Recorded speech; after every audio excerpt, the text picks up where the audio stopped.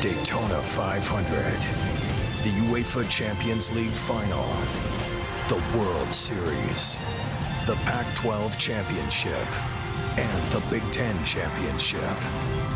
The world's biggest events are on Fox Sports. We are Fox Sports! The thrill of victory has been matched by the sensation of speed. The great night in Daytona sets up a dramatic day. Today, blue skies and high hopes for drivers hoping to be on the front row for next Sunday's running of the great American race, the Daytona 500. Every sport has its big event. Every sport has its premier event, the one you want to win. I won the Daytona 500! I won the Daytona 500! This is our premier event. When it's all said and done, that Daytona 500 trophy will be the one you look at the most and remember the most. If you're fortunate enough to sit on the pole for the Daytona 500, it is a big, big deal. Jimmy Johnson, your Sprint Cup champion. Hey, that Levin car is bad fast. He's my man. It's the defending champion of the Daytona 500. He has rewritten the record books all the way up to now. NASCAR's most popular driver, Dale Earnhardt Jr. And that 14 car looks good. Daytona 500 pole qualifying on Fox. Glad you're joining us. NASCAR on Fox, and proud to present Daytona 500 pole qualifying from Daytona International Speedway. 48 drivers loaded with optimism, and among them Jimmy Johnson, 5 straight NASCAR championships. Can he keep it rolling? Kevin Harvick, 2007 Daytona 500 winner. Kyle Busch, he's led the most laps in 2 of the last 3 Daytonas. Denny Hamlin, the runner-up last year in points, and then Carl Edwards, who finished strong with back-to-back victories to end the year. We'll hear from all of them, and we'll see all of them throughout a beautiful afternoon here in Daytona Beach, Florida. Temperature in the low 60s. Sunsplash day with the cool temperatures and a light breeze. With Jeff Hammond, Chris Myers, the gang all here today, and we were all here last night for the Budweiser shootout. 24 drivers and a lot of 2-driver tango. Yeah, it really was. Dale Earnhardt Jr. said it's a new style of racing, Chris, and definitely it was. It was really exciting, including the big one on the back straightaway, which Regan Smith, Dale Earnhardt Jr., Carl Edwards was involved in. They got hooked up. Biggest wreck of the night. Took out a lot of good cars. There were a series of mishaps, and in this one it was Kyle Busch and Mark Martin, who at one point were driving along together. Everybody okay. Michael Waltrip hit speeds of 206 miles per hour, also involved in a wreck, and spectacular pictures there. But at the end, with Denny Hamlin trying to make a move down at the yellow line, it was Kurt Busch, his first win ever at this track in Daytona. Only led 3 laps, but enough to pull out the victory. We welcome you to the Hollywood Hotel on an exciting weekend, off to a fast start. And we're glad you're with us. This is where America gathers every weekend for NASCAR. Well, what have we seen last night that we might see today? And it's really all about next Sunday in the Daytona 500. This is just a setup for next week, because you got to get it, guys on the front row established. You're getting yourself ready for the 150s on Thursday, which is going to be also very exciting as far as racing here in Daytona. But everything that we saw last night tells me that we're set for probably one of the best Daytona 500s that we've had in recent years. And that's hard to believe, but I believe that. Can we keep the speed within? I hope we can. But they showed why they're superheroes last night. They controlled the cars. They made great decisions. I know we had some accidents, but you're always going to have accidents. And I think they did a great job, and we can look forward to that as we go into Speed Weeks. All right, some drivers weren't able to run last night, but they're anxious to go today, and our Steve Burns is with one of them. Well, Chris, Brad Keselowski, the first driver out. Look, he's got that nice new uniform. But how frustrated were you to watch all that fun last night and not participate? It was stupid frustrating. I'm glad Kurt won. Really exciting finish. He did a great move at the end. And, the biggest thing you learn from it is just how patient you have to be. That whole race, Kurt spent most of it running anywhere from 5th to 10th. And towards the end, he put himself in the right spot, got himself to the front. And thank you. 28 lead changes in the Budweiser shootout, a record for that race last night. And you heard Brad talk about patience. Jeff Burton led the most laps, but in the end, he wasn't there, so people can shoot to the front. How about today's qualifying for the front row? Give us some names you think might wind up there at the end of the day. Well, honestly, I think there's a good possibility we can see the same front row we saw in 2010, and that right there is Mark Martin and Dale Earnhardt Jr. The guys who could challenge them happen to be ECR drivers, and believe it or not, Paul Menard, the new member of the team right there, along with Jeff Burton, are probably the fastest guys from that camp. Yeah, always nice to hear different names on the front row. The guys who called the race last night and will take us through the Daytona 500 and another season for NASCAR on Fox. Darrell Waltrip, Larry McReynolds, Mike Joy. Have you guys recovered from the shootout last night? Have you slowed down? Well, nobody shot anybody. Let's put it that way. And it was a lot of fun to see a type of racing we've not seen at Daytona before with all of this, as you called it, two-driver tango. But today, Darrell, the driver has two roles, getting his car up to speed, and then he's got to keep from scrubbing off speed on his time lap. Yeah, don't ever believe that the driver has very little to do with the kind of lap time you're going to get here today. The first lap's the wind-up lap. You leave the pits, got to get through the gearbox nice and smooth. Don't over-rev the engine because you can hurt it. Get it up high, right up next to the outside wall. Bring it around here, get some speed up, and then take it to the bottom. And do not, whatever you do, fight with the steering wheel. Be as gentle on the wheel as you can be. You don't want to scrub off any speed. And then don't touch the brakes. It always tickled me to death when I'd crawl off in the car and I'd look down and a big note on the steering wheel would say, no brakes. And I'd say, how am I supposed to stop if I don't have any brakes? But what they mean is keep your foot off the brakes. So they do a whole lot of trick things, pulling the pads back and all that kind of thing. So driver has a lot to do with it. And you know, the biggest thing is we have 36 qualifying sessions a year, but teams, the drivers, everyone's prepared for this qualifying session for over 2 to 3 months. And when your driver can bring the field to the green flag next Sunday for the Daytona 500, it is huge for everyone involved with that race team. You heard from Brad Keselowski. He is the first driver to qualify.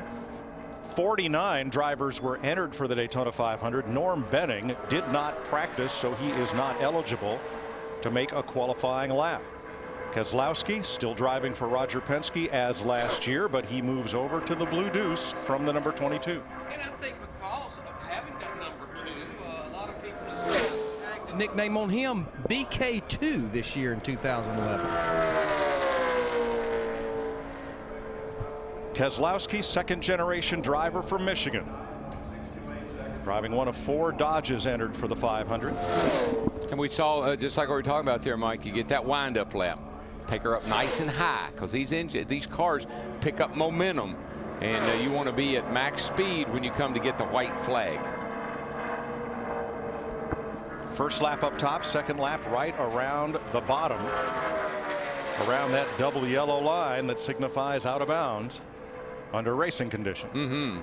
Yeah, you might. I don't think you'll see anybody drop below the line coming through the trioval here on their final lap, but occasionally somebody tries that. It's a little shorter, and that's what you're looking for, shortest distance.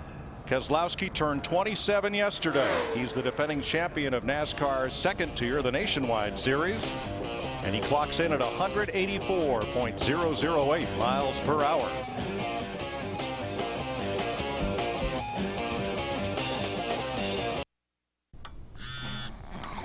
Sweetie, did you just text me that your parents are going to be moving in with us? Oh, don't worry, honey. I switched to Sprint so I get unlimited texts. You just emailed me that they're taking my room? Sweetheart, it's okay. Email and web are unlimited too. Mom, please. Do you want to tweet about it? I'll help you compose a tweet if you like. Sprint gives you unlimited text, web, and calling to any mobile. No data caps, no worries. Sprint, the Now Network. Nothing compares to Pizza Hut's world-famous pan pizza. With a delicious, deep golden crust baked in a seasoned pan until it's crispy on the outside and soft on the inside. It's a true original. And now, for a limited time, choose any pan pizza, any size, with any of your favorite toppings for just $10. Even specialty pan pizzas, like a large meat lover's pan or a large pan supreme. There's nothing like a pan pizza, so for just $10, why not get 2? The legendary pan pizza, now only $10 and only at your Pizza Hut. Remember way back, we used to rock the lunchbox and the backpack.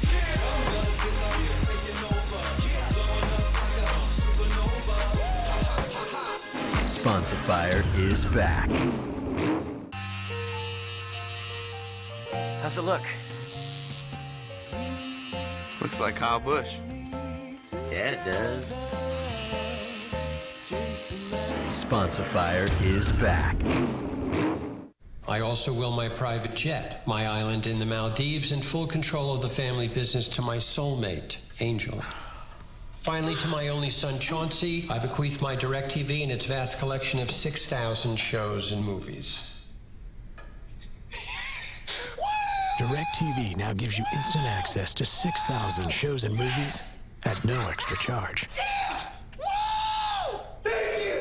Yeah! Don't just watch TV, DirecTV. Fox Tuesday has never been funnier. Dig it, sister. First, Glee catches Bieber fever. Baby, baby, baby, oh! I gotta get that girl on my Cheerios. All new Glee. They're tiny. Germs. And they're everywhere. All new Raising Hope. Plus, the new comedy Traffic Light is gonna make you cheer. So suck on that, society! It's all new starting at 8/7 Central, Tuesday on Fox. Welcome back to Daytona International Speedway pole qualifying that will set the front row for the Daytona 500 next Sunday on Fox. New ride for Bobby Labonte, past champion, but since he is in the top 35 in last year's car owner points, Labonte's locked into the 500, as are all of the first 35 drivers who will qualify. And Labonte, you see on the ticker, second at 183.5 miles an hour. Steve Burns. Mike, Clint Boyer, the fifth driver to go out. Now, Clint, you were in the middle of all the mayhem last night, but talk about pole qualifying and what this could mean to this RCR team. Well, I mean, we were close. We were like 6th quick in practice, and it's a big day. You know, starting up front, the biggest race of the year, means a lot to everybody. There's a lot of work, a lot of emphasis been put on qualifying here. We've been down here a lot. You know, I haven't had a chance to test in the last couple of years. Been a lot of time on the racetrack, and this is what it's all about. This is what all that time's been, you know, money's been spent on, is this day right here. So hopefully we can put this Cheerios Hamburger Helper Chevrolet on the front row, preferably on that inside front row. All right, give her a run. Thanks. Kyle Busch, wild thing. He was winning thing last year. 3 victories in the NASCAR Sprint Cup Series, 24 wins across all of NASCAR's top 3 series. That shattered all records. 8th in the Sprint Cup standings, driving for legendary Super Bowl coach and past Cup champion owner Joe Gibbs. And those wins this year, if he could do that again this year, and assuming nobody else had more, he didn't make the chase last year, but those wins would have gotten him into the chase under the new format. Yeah, it was 2 years ago when he didn't make the chase, back in 2009. Came up just a little bit short. Last year, or excuse me, 2009, Kyle led 88 of the first 120 laps of the 500. But wound up for 41st after getting caught up in the big one. You know, a lot of times we want to beat Kyle up for maybe walking away from the interview when he's had a bad day. But he said this offseason, he relates his 2 philosophies about winning a lot to what Al Davis, longtime owner of the Oakland Raiders, always told his players. 1, there's nothing more important than winning. And 2, demanding a commitment to excellence from not only his team, but most of all from himself. First lap for Kyle is about a 10th slower than Brad Keselowski and Bobby Labonte, who had identical first laps. You see him in 3rd place on the tracker. He's a newlywed, got married in Chicago on New Year's Eve, honeymooned for 2 weeks in Jamaica. Just to follow up a little bit on what you said, Larry, about winning. You show me a guy that's not committed to winning, if that's not the only thing he thinks about, I'll show you a guy that doesn't win much. I think we saw that last night in the Budweiser shootout. Yes, we did. It's amazing, though, our first 3 cars, Darrell, they run within less than a 10th of each other. That's about what we saw yesterday. Here is the key statistic on this tracker in blue, white on blue, and that is the differential between this car and the fastest car. 1/10 of a second. Kyle Busch, 183.59 miles per hour. Second fastest so far.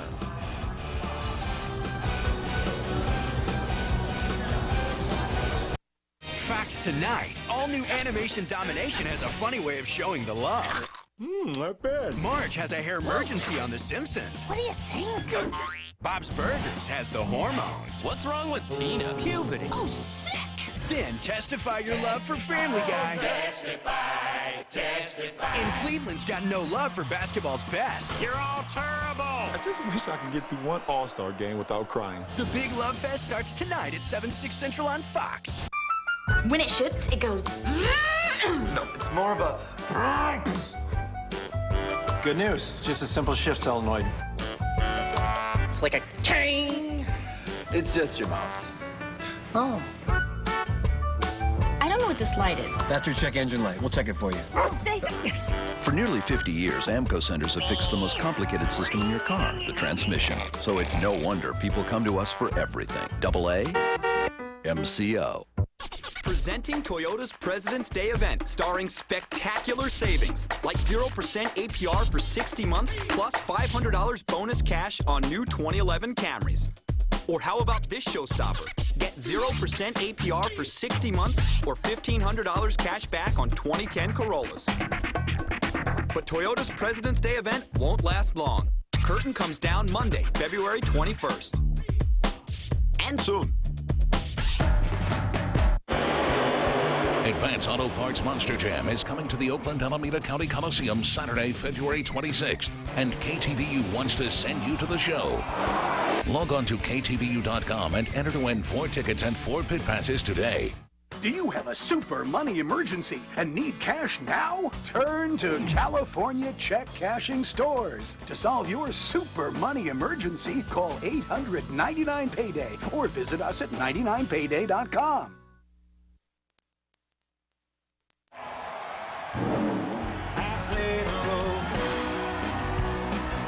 The highways are song.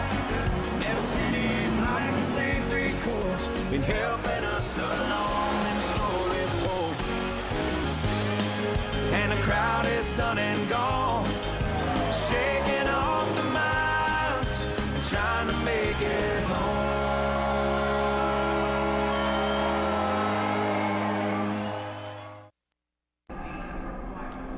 Matt Kenseth rounds out of turn 4, and he may take the pole spot from Brad Keselowski right here in his Roush Fenway Ford, and does. Kenseth is the fastest so far, the 2009 Daytona 500 winner. What's good about that lap, he backed up his practice lap from yesterday, and it is much, much warmer today than it was yesterday. See what he's doing right here now. He cut the engine clean. It's some of the driver's responsibility. One of the things we used to do is we'd call this a coast down lap. So he's coasting down the back straightaway right now. One of the things he wants to do is sometimes I'd even stick my hand out the window to see where the air was hitting the race car. I would listen to see if the air was flapping on the side of the cars. So when I got back in the garage, I could tell the crew chief, look, we got a little aero thing going on here we need to work on. So it's just another little thing that a driver, a sharp driver, will do as he comes back to the pit road. All right, let's go down to pit road. Matt Yoakum. My former national champion Bobby Labonte finished 10th in last night's Budweiser shootout. So the biggest lesson learned from that crazy race last night? Yeah, well, we didn't participate in the January test. We did the tire test, and felt like we learned as much as we could there. And but last night was a little different for us because we weren't really for that. But obviously you just got to be hooked up with somebody, and we got hooked up with Tony at the end, but his radios were out, so he didn't want to really be up there in a mess without a radio. So I think we had a decent run after the first segment, and learned a lot for Sunday. If everything stays the same, we'll have our plan will be of what probably a little bit better than going into last night's race. So looking forward to it, and qualifying today was a little better than we practiced yesterday, so we'll take that and see where it ended up. Should be a wild 500. To Dick Bergeron. Kyle Busch last night had a good run until Mark Martin pushed a little too hard to the back bumper, took him out, crashed both cars. How can you communicate with the guy behind you in one of those 2-car deals that you want him off your back bumper? I don't know. We'll have to get brake lights or something, turn them on, or flashers, or I don't know, throw up a road flare or something. But it was just a product of what we had last night. It'll be the same thing probably in the duels and of course for the 500. But all in all, today's for qualifying day, and we knew we didn't have a shot for the pole with our M&M's Camry, but we're looking for top in class hopefully today with the Toyota guys. So unfortunately, we all just don't seem to have the speed we're looking for down here, but our stuff races really good, and it's really fast in the pack, and obviously we saw that last night with Michael Waltrip and I teaming up and hitting 206. So we feel good about the race and what happens here later on this week, but with what happened last night, we just have to all talk about it and figure out how to make a better way of communicating with each other somehow. It was a wild night. Thanks, Dick. Clint Boyer from Kansas is on track to take the pole away from Matt Kenseth. His first lap was almost 2/10 quicker than Kenseth's. Boyer won at Talladega last October, NASCAR's most recent restrictor plate race. You know, Jeff Hammond mentioned this at the top of the show. We anticipate that it will be a battle between Richard Childress Racing and Hendrick Motorsports for this pole here today. How about 48.59, getting close to one of the fastest speeds from yesterday's practice session. Yeah, that's 185.2. Of course, I know you're probably saying, well, last night they were running 206. But that's with all the cars out there and a lot of drafting and pushing, working together. But that's a pretty good lap. That's about where I thought they'd be. Just quickly on Kyle Busch, talking about he and Mark Martin. I heard Mark say, I don't know what happened. I did the same thing I've been doing all night. What the difference was, Kyle entered the first turn higher on the racetrack than he had been all night. And Mark ran the same line. Mark got just a little too much over to the left side of the car, and I think that's what spun him out. Mark Martin was the other half of that crash. He's on track for his qualifying lap, the defending pole winner of the 500. Here's Chris Devoda. Thanks, Mike. With Joey Logano, and you had such high hopes for the Bud shootout, and then you were one of the ones caught up in the mess. Were you deflated last night going to sleep?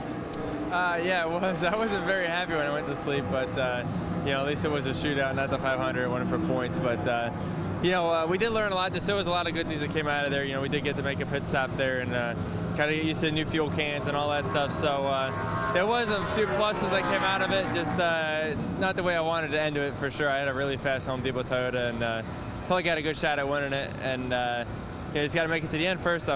Hey, Mike, he could make up for it today by becoming the youngest ever pole sitter here at Daytona. That would sure be a difference, but this is one of the fellas he's going to have to get past. Mark Martin has started on the front row of the Daytona 500 the last 2 years. One of the things that always scares you as a driver, when you hop in this race car to go qualify, the first thing you're going to holler most of the time is, we don't have any oil pressure. And it's funny because they drop the oil pressure as low as they feasibly can to keep as much resistance and turbulence out of the engine as possible. It's just another one of those little tuning things, but it'll scare the heck out of you when you take off. You got 20 pounds of oil pressure. First lap for Martin. It's a quick one, about 100 quicker than Clint Boyer, who presently has the pole. But he was all the way up against the wall on that first lap, using as much real estate as possible to get that car wound up, and then on the second lap, the shortest distance, right against that yellow line. And you could see his hands were not moving any. I mean, he's just basically leaning on the steering wheel, trying not to buff off any speed, because it's going to be within hundreds of if he beats Boyer. Next Sunday, Mark Martin will start his 795th Sprint Cup race. It'll be his 27th Daytona 500. Can he score his third front row start in a row? Second to Boyer, 48.651. So by 6/100ths of a second, Mark Martin misses, snatching the pole from Clint Boyer. Matt? And catching up with the Daytona 500 champion from a couple years ago. And yes, we are here to talk to you and to talk about last night's Budweiser shootout from the driver's perspective. What was the edgiest part?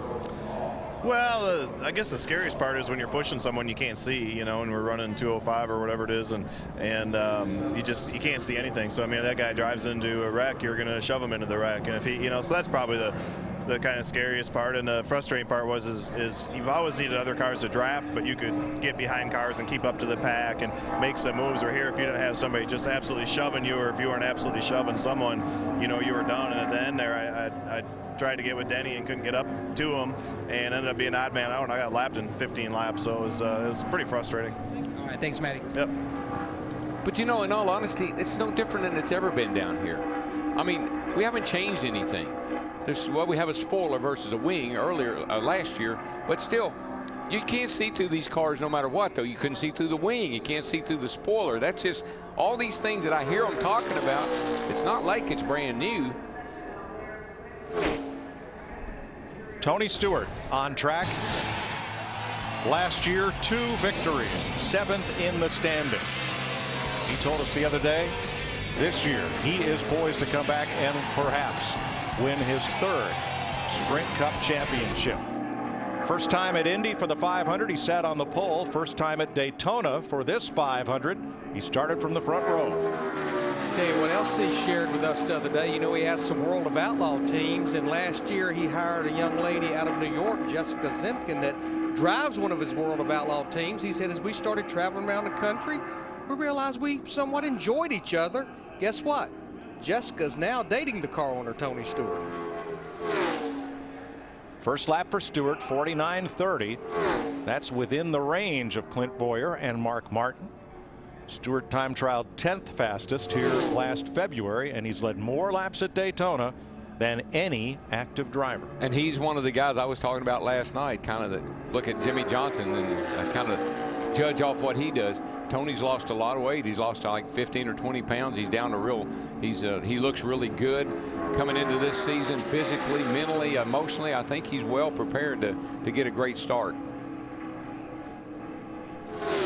And we knew he would be a player as far as a top qualifier, because I think we've well documented in his third year being with Stewart-Haas that they get the Hendrick engines, they get the Hendrick technology, so not surprised to see him up there. And there he went below the yellow line. Now that's perfectly legal when you're qualifying. Get down on that apron if you want to. Just don't do it on the last lap, well, any lap of a race. Third quickest for Tony Stewart, 48.67. That's 8/100ths off of Clint Boyer, who is fastest so far. Steve? With Kevin Harvick. And Kevin, you said even though there's $20 million worth of asphalt on this racetrack, it's still the same old chess match. Was it last night? Well, for us, it played out really well, and you know, there towards the end we started hitting a rev limiter and weren't able to do the things that we needed to do to push the 24. But we'll have that rev limiter changed, and it'll be the same old Daytona, and we'll be right where we need to be in the mix of it come Sunday with our Budweiser Chevy. So happy with the way that it played out. Obviously, you want to win, but definitely a different strategy. But this is Daytona; doesn't get any better. We like the new uniform. Let's go to Matt. Steve, I don't know anybody who's more excited about Speed Weeks 2011 than Mark Martin. A fast car every practice session, including last night's race. But a crazy incident between yourself and Kyle Busch. Have you talked to Kyle and figured out what happened yet? Just racing. You know, no. I don't think either of us really know. So that was last night, and today is a day where our run was a little bit disappointing. I think we were hoping for a little bit better. We really were good in practice, and that's not quite what we ran in practice, and we were hoping to back up practice time, and would have taken that, got the pole, or maybe a little bit of a pickup. So, you know, the car is fast, got a lot of horsepower, slick race car. I'm proud of these guys, and we'll just get ready to go racing now. All right, good luck next Sunday. Thank you. A look at last night's crash, Mark Martin and Kyle Busch. Ryan Newman, Purdue engineering grad. They call him the Rocket because for a while he was qualifying on the pole once out of every 4 times we had time trials, but he's never qualified higher than the 4th row here at Daytona for the 500. He won it from 7th starting spot in 2008.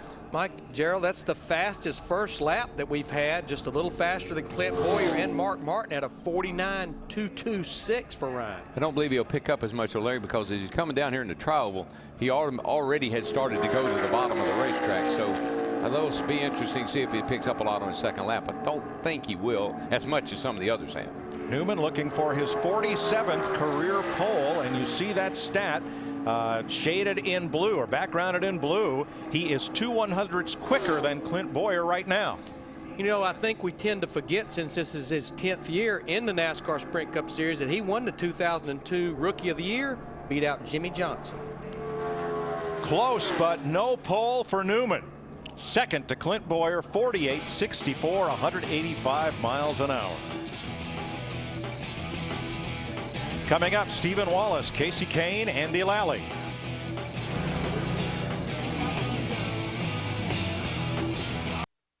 Fly the blimp, too much hot air. Race announcer, same thing there. Wouldn't get a word in with you know who. Just get down on the track and do what you do. Slide down in my seat, pull the belts tight. Get up on the wheel and let the dust fly. Now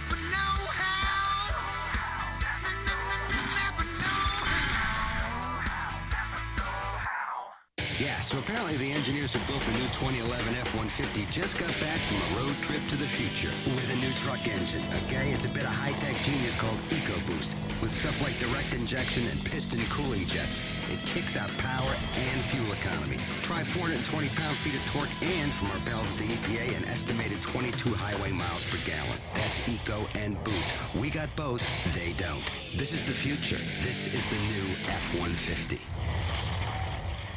McDonald's new Chipotle Barbecue Bacon Angus 3rd Pounder. Trying to contain all that smoky sweet goodness atop 100% Angus beef, luscious bacon, and melted cheese may prove impossible. For Chipotle barbecue sauce follows 2 laws of nature. 1, bold taste. 2, gravity. That's a shame.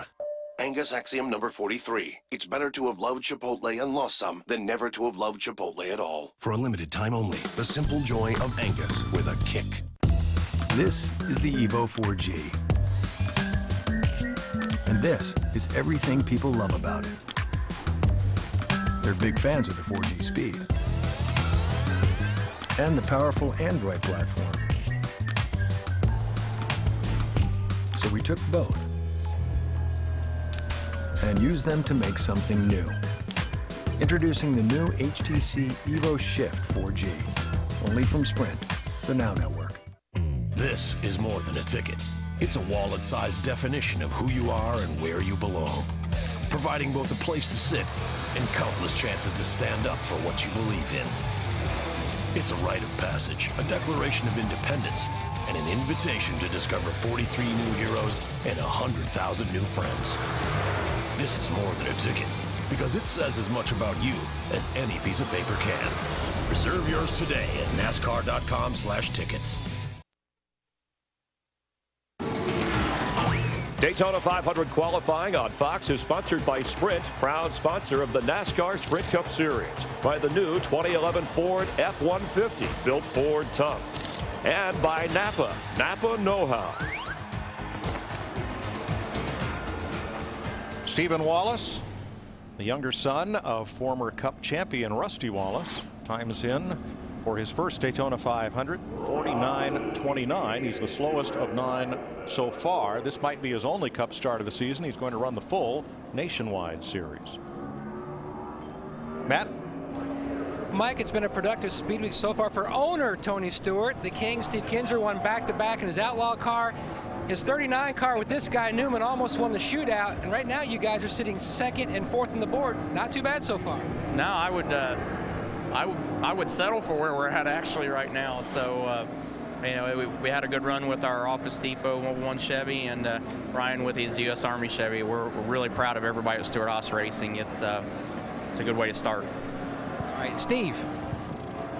With Daytona 500 champion Jamie McMurray, what a year. You win the Daytona, you win at the Brickyard, you win at Charlotte, and you and your wife have a baby boy. Yeah, it was a great year, and it'd be hard to top that this year, but we got off to a really good start last night. Our Bass Pro Shop Chevy ran 2nd. It was a really exciting race for a driver. I mean, I had a great time in the car, and I hope it was fun for the fans to watch. But we crashed our primary car yesterday, so this is our backup. But the guys worked. Literally, I was just talking to the guys, and they didn't even get to watch the race because they were in the garage rebuilding this car. So we changed engines and all the suspension parts. So hopefully you have a good solid run here. Hey, good luck. Thank you, Jamie. Thank you, Mike. Thanks, Steve. This is Casey Kane carrying new colors for 2011. Actually, he joined the Red Bull team with 5 races to go in 2010. Leaving the Richard Petty Motorsports Gillette-owned team. And in those 5 races, he won the pole at Homestead and finished 6th. That was one of 4 poles for Kane in 2010. One of the Toyotas, and we saw yesterday in practice, looks like they don't have a lot of speed for qualifying. We feel like we saw in the Budweiser shootout last night that these drivers should race good. Got a lot of speed in race trim. Kane's first lap quicker than Kyle Busch, who is the fastest Toyota so far.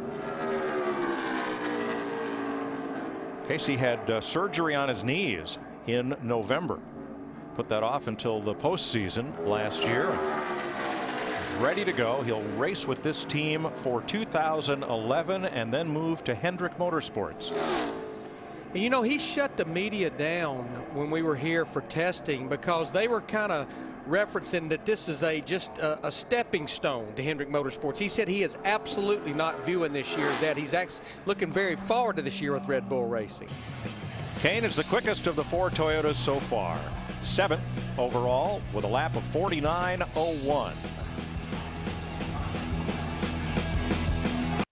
Lately, we've been looking for faucets in all these designer home magazines. Look at that one. Oh, wow. Am I right? That looks pricey. So we went to Lowe's, and that's what we heard Sarah say.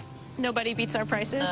Music to my ears. Well, that's why at Lowe's we sell more Kohler, Moen, and Delta than any national retailer. And of course, nobody beats our prices. Nobody. I love that. Experience. Lowe's. Let's build something together. Through March 14th, save up to $400 instantly on products for your next bathroom update.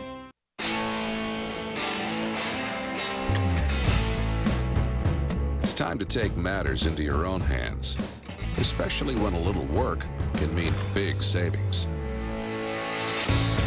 AutoZone's got the advice and expertise you need to take on any job and get it done right. Because do it yourself doesn't mean you have to do it alone. Get in the zone. AutoZone. Dad? It's time. You'd be a really nice catch for somebody. Please? Just for Men takes 5 easy minutes, targets only the gray hair, and can start something great. Just for Men. Camping World and Good Sam. One great company with a complete offering of everything RV under one roof. We provide new and used RVs, rentals, accessories, service, collision repair, financing, roadside assistance, warranties, insurance, and exclusive club membership, and much more. With 75 locations, Camping World and Good Sam will bring you peace of mind mile after mile. What are you waiting for? Get outside. But first, come experience the all-new Camping World and Good Sam, united to serve all of your RV and outdoor needs. Over 22 million viewers made the new Fox Monday a hit. Release the Kraken. First on House, a patient's perfect memory is killing her. Remember me? Just kidding. Then see why the critics rave the Chicago Code. A police officer was dead. Is TV's best. Go out there and get the shooter. All new Chicago Code after an all-new House, starting at 8/7 Central tomorrow on Fox.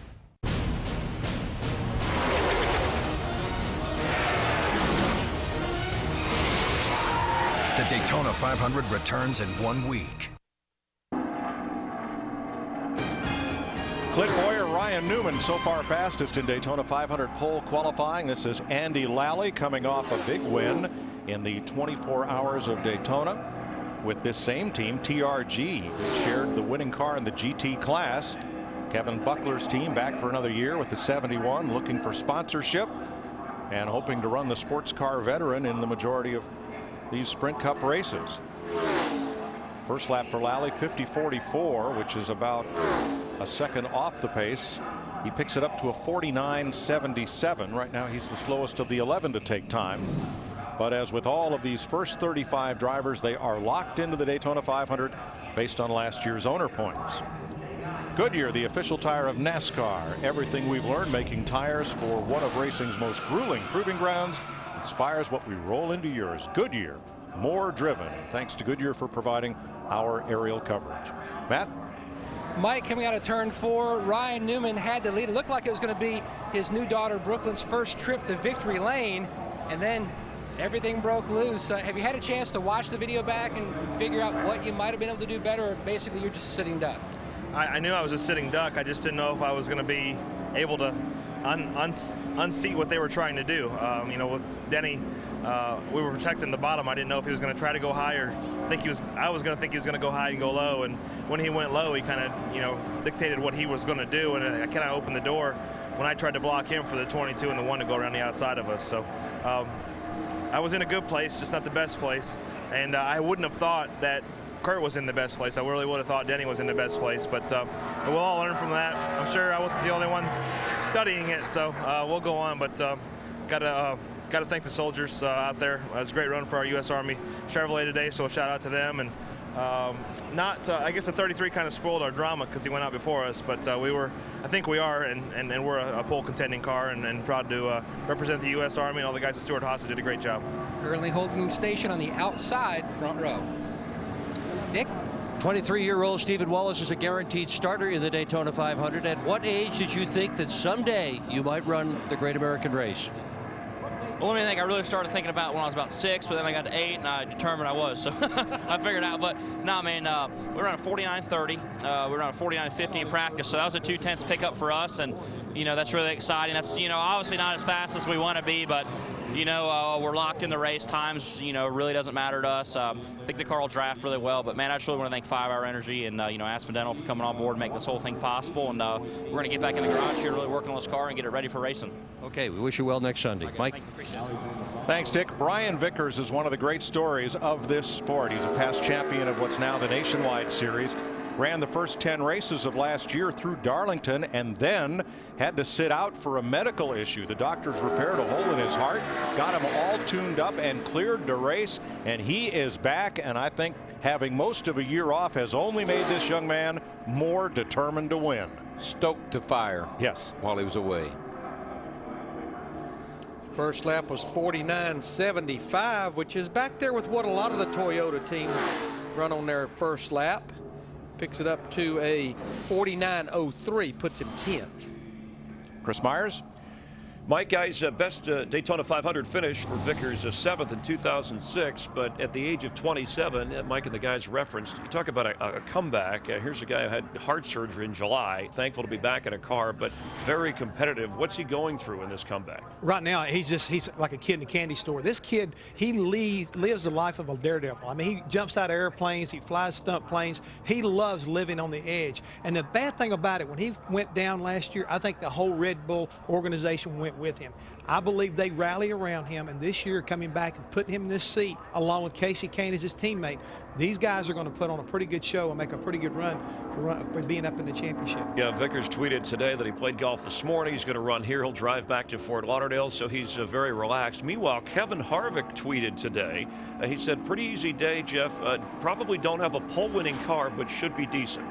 Well, this is what we've been expecting. We know that Richard Childers Racing, along with ECR engines, Earnhardt Childers engines have been very, very strong at the restrictor plates. And we thought these guys would be challenging. But for some reason, I think his 29 car, a lot like when he won the 500 a couple years ago, is a better race car than it is a qualifying car. And I think Kevin realizes that early on. And Mike, Joe Girardi, Yankee manager, big race fan, he texted Harvick after Homestead, Miami, saying he had a great season, but he still couldn't figure out why Harvick didn't win a championship. I think Harvick might be wondering the same about Girardi, but he has his eye in that direction once again. Kevin Harvick won the regular season last year. He was leading the points after 26 races. He piled up 26 top 10s and wound up a career best 3rd in the chase for the Sprint Cup. When Harvick won the 500, he started 34th. And I think Darrell hit it right on the head during our practice coverage on Speed yesterday. This is not a car that's set up to qualify. This is a car that's set up to win. Yeah, and you can come down here, and Larry knows this. You come down here with a car that's really slick. It's the least amount of downforce, the least amount of drag, and it's going to qualify pretty darn good. When you get in a race like we saw last night and you get cars all around you, that thing's going to be a handful hard to drive. I believe they compromise with their car when they come. Bring car with little downforce, qualify decent, but race great. Harvick has the 5th fastest first lap so far. It looks like he's on track that's about what his second lap is going to be, somewhere right around 5th or 6th.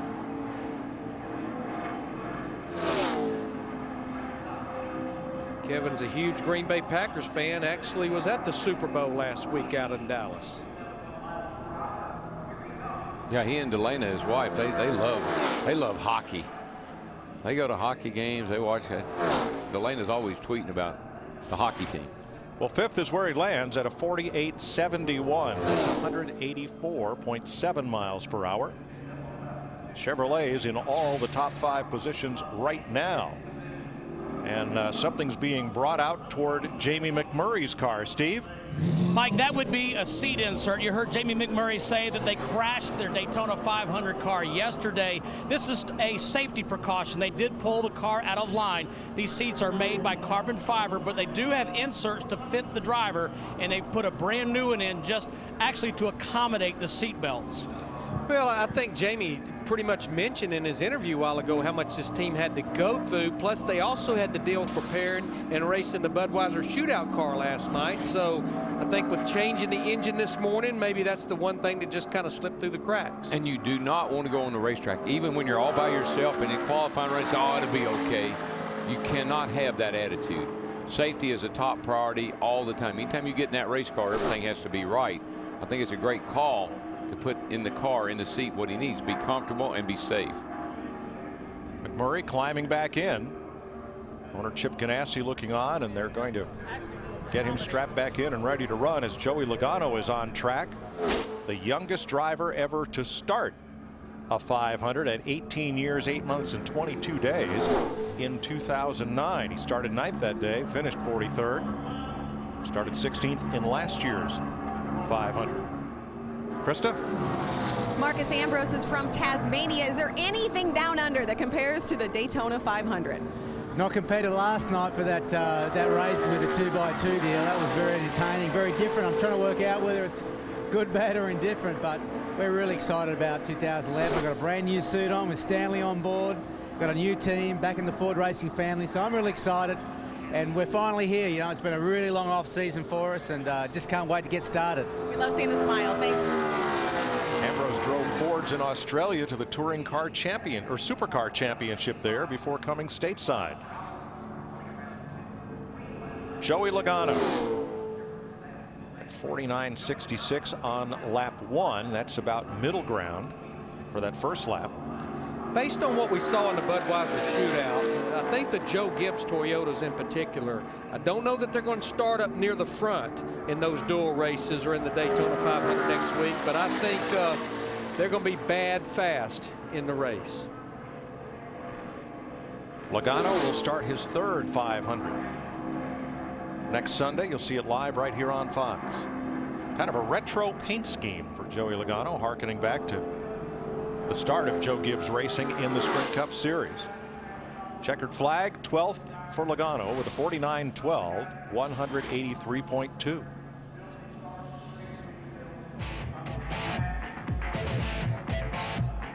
Coming up, David Gilliland, Jamie McMurray, Paul Menard, and Juan Montoya.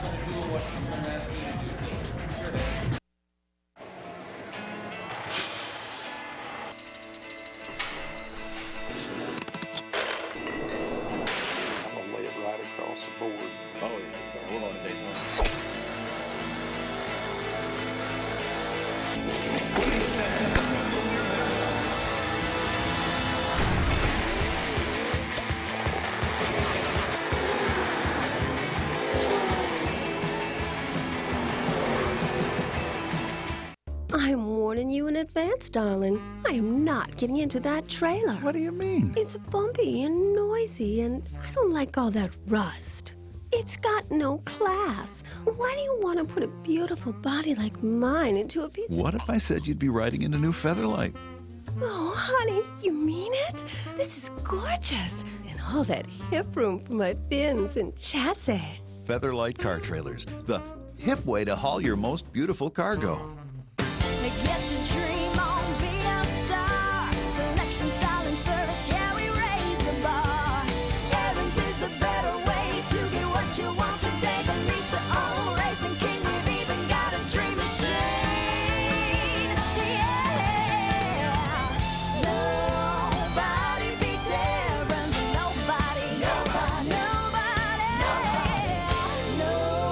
nobody beats Evans. Nobody. In the number 3, Wrangler Chevrolet, Dale Earnhardt Jr. I'm a Wrangler guy. Always have been, always will be. Wrangler Jeans Company. Great fits, unbeatable comfort. Gotta say, nothing beats Wrangler comfort. Wrangler, real comfortable jeans. We are not doing it. You've done racy GoDaddy commercials before. Yeah, but this is over the top. Thank you. We're here to promote GoDaddy, not be a part of some crazy stunt. Well, we're contractually obligated.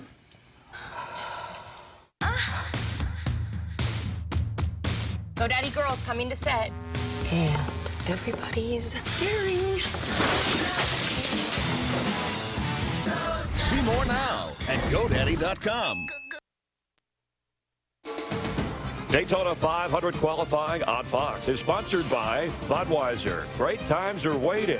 Grab some buds.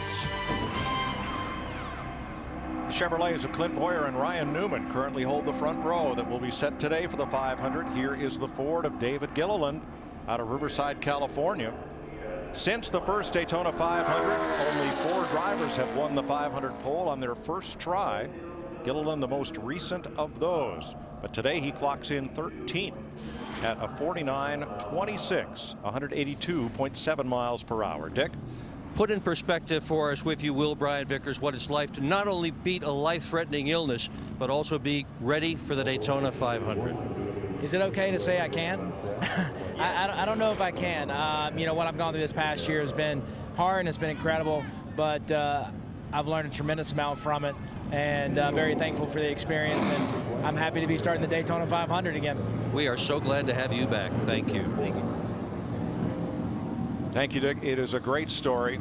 So much more to be written on Brian Vickers. The other great story of 2010 was this young man from Missouri, Jamie McMurray, a cast-off from Roush Fenway Racing, returned to Chip Ganassi and Felix Sabates, and all he did was win the 2 biggest races of the year, the Daytona 500, the Brickyard 400, and he added the October race at Charlotte for good measure. It was a dream season for McMurray. He did not make the chase for the Sprint Cup, but under this year's rules, which take the top 10 in points and the next 2 drivers in the top 20 who have won the most races, McMurray would have qualified for the chase. So you can you can be one of those Pointer sisters, or you can just go out and win races like McMurray did last year, and you'll be in the chase.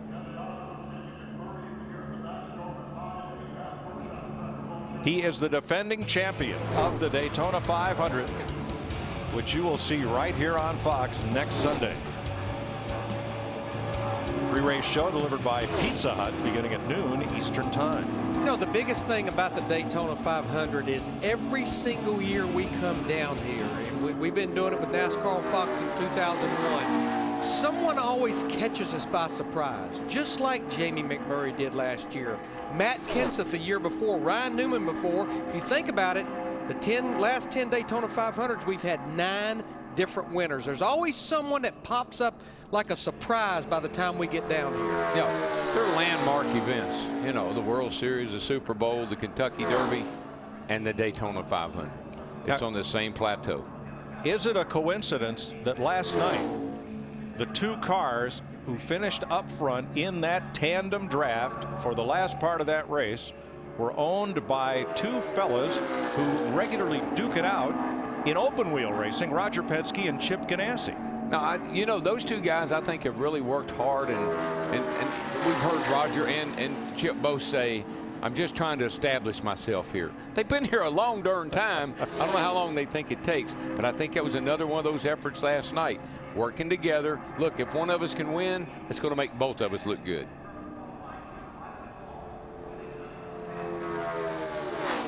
Checkered flag for Jamie Mack.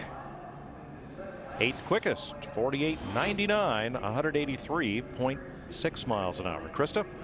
Trevor Bayne getting some advice from Ford driver Greg Biffle, and we know how excited you are to be out here for your first one because you go off 27th, yet I think you were the first driver out here. I probably was, and I've been made fun of for a lot. I guess I got a lot to learn in the NASCAR world. Had my hard car on earlier, now I'm out here early, and I'm just excited about it. Like you said, I mean, and I like hanging out with my guys here. They're a good group of guys, and we got a good looking car sitting here, and I want to be around it. So just kind of waiting to see how we do here in qualifying. I was kind of surprised Mark Martin didn't get the pole there, so I think it's just a lot of the wind. You know, we'll just kind of, hopefully we get a good draw here on when the wind's blowing and we can get a good run here. What was the other lesson I gave you a few minutes ago? What should you not call me again? No more man, but that's just Tennessee, I guess, coming out in me, so that's going to be a hard habit to break there. That's okay, thank you.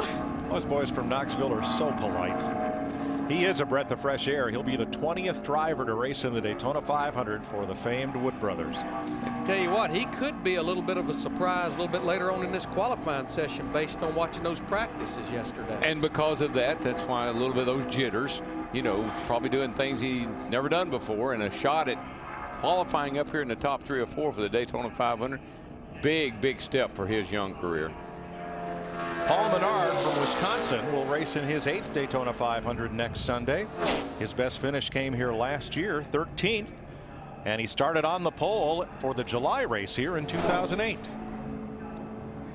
Now this is a big change for Menard. He moves from the Ford at Richard Petty Motorsports to drive a 4th Chevy for Richard Childress this year. But one thing about it, one good thing about it, he has his crew chief from last year, Slugger Labby. They moved together. They really worked well together last year, had a lot of good runs. Now they've got even more resources and feel like they're in a better position than they were last year. We'll see how he does. He had a pretty good year last year. You know, it's pretty well documented when you look at most of these Sprint Cup Series drivers. They got their start in racing either in quarter midgets or go-karts. But Paul, being from Wisconsin, began ice racing at the age of 15 and won 10 International Ice Racing Association events, and still goes up there and does it in Wisconsin when his schedule allows. Yeah, he's got a busy winter schedule. Ice racing, skiing all across America. An avid skier. Came out of Wisconsin late models. Well, I tell you what, based on that first lap right there at a 49.19, and you look at our tracker right there, he's flirting with it. Well, that is the fastest first lap by 3/100ths, quicker than Ryan Newman's. And you see the tracker all the way to the left by 3/100ths of a second, 4/100ths. That margin is gaining for Paul Menard. 5. Comes back down a little bit, but here comes Menard, trying to bring that bright yellow car to the finish line and knock Clint Boyer off the pole. He did it. Yes, sir. 185.4 miles an hour, a lap of 45.538. So by 5/100ths, he takes the pole away from Clint Boyer. So I would say that if someone said, Paul, do you think that move over to Childress was a good move? Well, it is right now. And Darrell, what I believe right now, we have 2 RCR cars, still a long way to go, 1 and 2. We've got those 3 Hendrick cars right now, Hendrick affiliated cars, 3rd, 4th, 5th. I think what I saw yesterday in practice, the Hendrick cars were close to maxed out in qualifying trim. I think possibly that the RCR drivers had a little bit laying in the weeds for today. Yeah, well, I think, Larry, you've said this many times, Childress is kind of that way. He doesn't always put all of his cards on the table until it counts. Steve? With Greg Biffle. And Greg, we talk racing, we talk Daytona 500 being a big event. Truthfully, it is. You and your beautiful wife, Nicole, expecting a child. How is life for Greg Biffle right now? Well, life is great. You know, I got this 3 and Ford Fusion. It's running really good. I got a great team. And, you know, everybody's working hard. The engine shop, Doug Yates, all those guys, Tom Gent. And, you know, we just want to put the 3M car up front. You know, we want to get a top 10 run here. I don't know if we got a chance of the front row, but we'll just have to wait and see what the, you know, the wind and the weather and all those things brings us. But the car's running good. I had a lot of fun last night, so hopefully we can start up front. And you're having a baby girl, is that correct? Yep, having a baby girl in July, and, you know, super excited about that. All right, best of luck. Thank you. You could probably put together a top 35 among all the babies that have been born to drivers and crew chiefs over the past 12 months. Well, it's like I said yesterday, these guys just have a tendency to kind of follow each other. You know, we had a bunch of guys that weren't married, and then they all got married. And then we had a bunch of guys that didn't have a family. Now they're all building families. We had a bunch of guys that didn't like to work out, but they all got trainers and they all watch what they eat, and they're all in great shape this year. So just trends, man. They always talk about trends. We got them. Juan Pablo Montoya is teammate to Jamie McMurray at Earnhardt Ganassi Racing with Felix Sabates. Has 2 top 10 starts in the 500. Finished 10th last February. First lap for one, 49.31. That's a pretty decent first lap. I don't think it's going to get him up there, you know, on the front row, but that's a decent first lap for this group. 6th quickest first lap so far. All of them turned in by Chevrolets like Montoya's. You know, Darrell, we were talking about all the drivers, how they stay busy. I don't know that this guy ever quits. He plays golf, he's windsurfing, he flies RC planes, RC helicopters, nonstop. He tweets all the time, so I follow him on Twitter. And every day he comes in, he's worn out, and he should be, because every day he's been out doing something pretty active. What was the story we heard that he wanted to bring his big radio control plane up here to Daytona with him, but it wouldn't fit in his jet? So we drove up from Miami with the plane with him. Okay. That's my, sixth fastest for Montoya. As my boss would say, that's a really sad story. No. Big Daddy among those yet to qualify. NASCAR.com is gearing up for a whole new season, and with it, a whole new look. With a new homepage redesign, NASCAR.com will bring the fan closer to the action than ever before. Go head-to-head against your friends in the brand new NASCAR Fantasy Live, the first ever NASCAR game with live in-race scoring. Brand new and improved, RaceView is relaunching with the most advanced virtual video technology and live in-car audio. NASCAR.com is primed for the 2011 season. Buckle up for the ride. Presenting Toyota's President's Day event, starring show-stopping deals like 0% APR for 60 months or a spectacular $2,500 back on Tundras. Plus, Toyota will match your down payment up to $1,500 for a total of $4,000 available cash back. It's not just an event, it's an extravaganza. Don't miss it. Toyota's President's Day event ends Monday, February 21st. And soon. Do you have a super money emergency and need cash now? Turn to California Check Cashing Stores. To solve your super money emergency, call 800-99-PAYDAY or visit us at 99payday.com. Today was the day that I put everything in perspective. I fell asleep, but when I woke up, everything changed and the skies turned off. That was before. That was before. You came along and you played me a song with a little bit of love and a little bit of yeah, yeah. In the network, coverage is a beautiful thing. AT&T covers 97% of Americans. I never saw the telephone pole, but I still have to spread the love, so I'm gonna need a lot of those heart-shaped pizzas. We can do that. Make Valentine's Day extra special with a heart-shaped pizza from Papa Murphy's for only $7. Handmade, home-baked. That's Papa Murphy's. KTVU.com. Complete Bay Area news coverage. NASCAR.com is gearing up for a whole new season with a new homepage redesign. A brand new and improved RaceView and NASCAR Fantasy Live. NASCAR.com, buckle up for the ride. Fox Wednesday, the group rounds begin. You guys slammed it. I loved it. Who will make the cut? I know that I don't want to go home. I'm not going home. It's an all-new 2-hour American Idol. Wednesday at 8/7 Central on Fox. Live at Daytona International Speedway and qualifying for next Sunday's Daytona 500, Dale Earnhardt Jr., who was second last year, sat on the pole last night in the Crazy Go Nuts Budweiser shootout. As we check out some cars on the track, along with Jeff Hammond, Chris Myers from the Hollywood Hotel. Yeah, we're currently right now watching Robert Richardson right now completing his qualifying run, and he moves up to 18th. And Chris, we need to make sure everybody understands we're setting the front row. Everybody else is being, lined up for the 150s, which are the qualifying races to get into the Daytona 500. The only two guys that are locked in are your front two guys at the end of this qualifying, which are currently Paul Menard and Clint Boyer. Yeah, and Jeff Gordon coming up in a moment. We'll see him on the track. Speaking of Paul Menard, we have him standing by with our Matt Yoakum. New number, new colors, Chris, for Paul Menard, currently on the pole. Your teammate, Jeff Burton, still have to go in a few other cars, but you have to be impressed with the debut of this team. It's unbelievable. Had so much time to prepare, for this race, for Phoenix, for Vegas. We're so far ahead of the curve right now, and Slugger and the boys, just gave me an awesome race car today. Jeff's going to be fast. A couple of Hendrick cars are going to be fast. Probably going to be a Chevrolet on the front row, and just excited. Good luck. Thank you. Mike? Thanks, Matt. That is about as excited as Paul Menard ever sounds. But he's a very composed young man, and he can drive a race car. Really, really laid back, low key. Regan Smith came across the nose of Carl Edwards, the gold car, who tipped Dale Jr., who started a whole bunch of them spinning.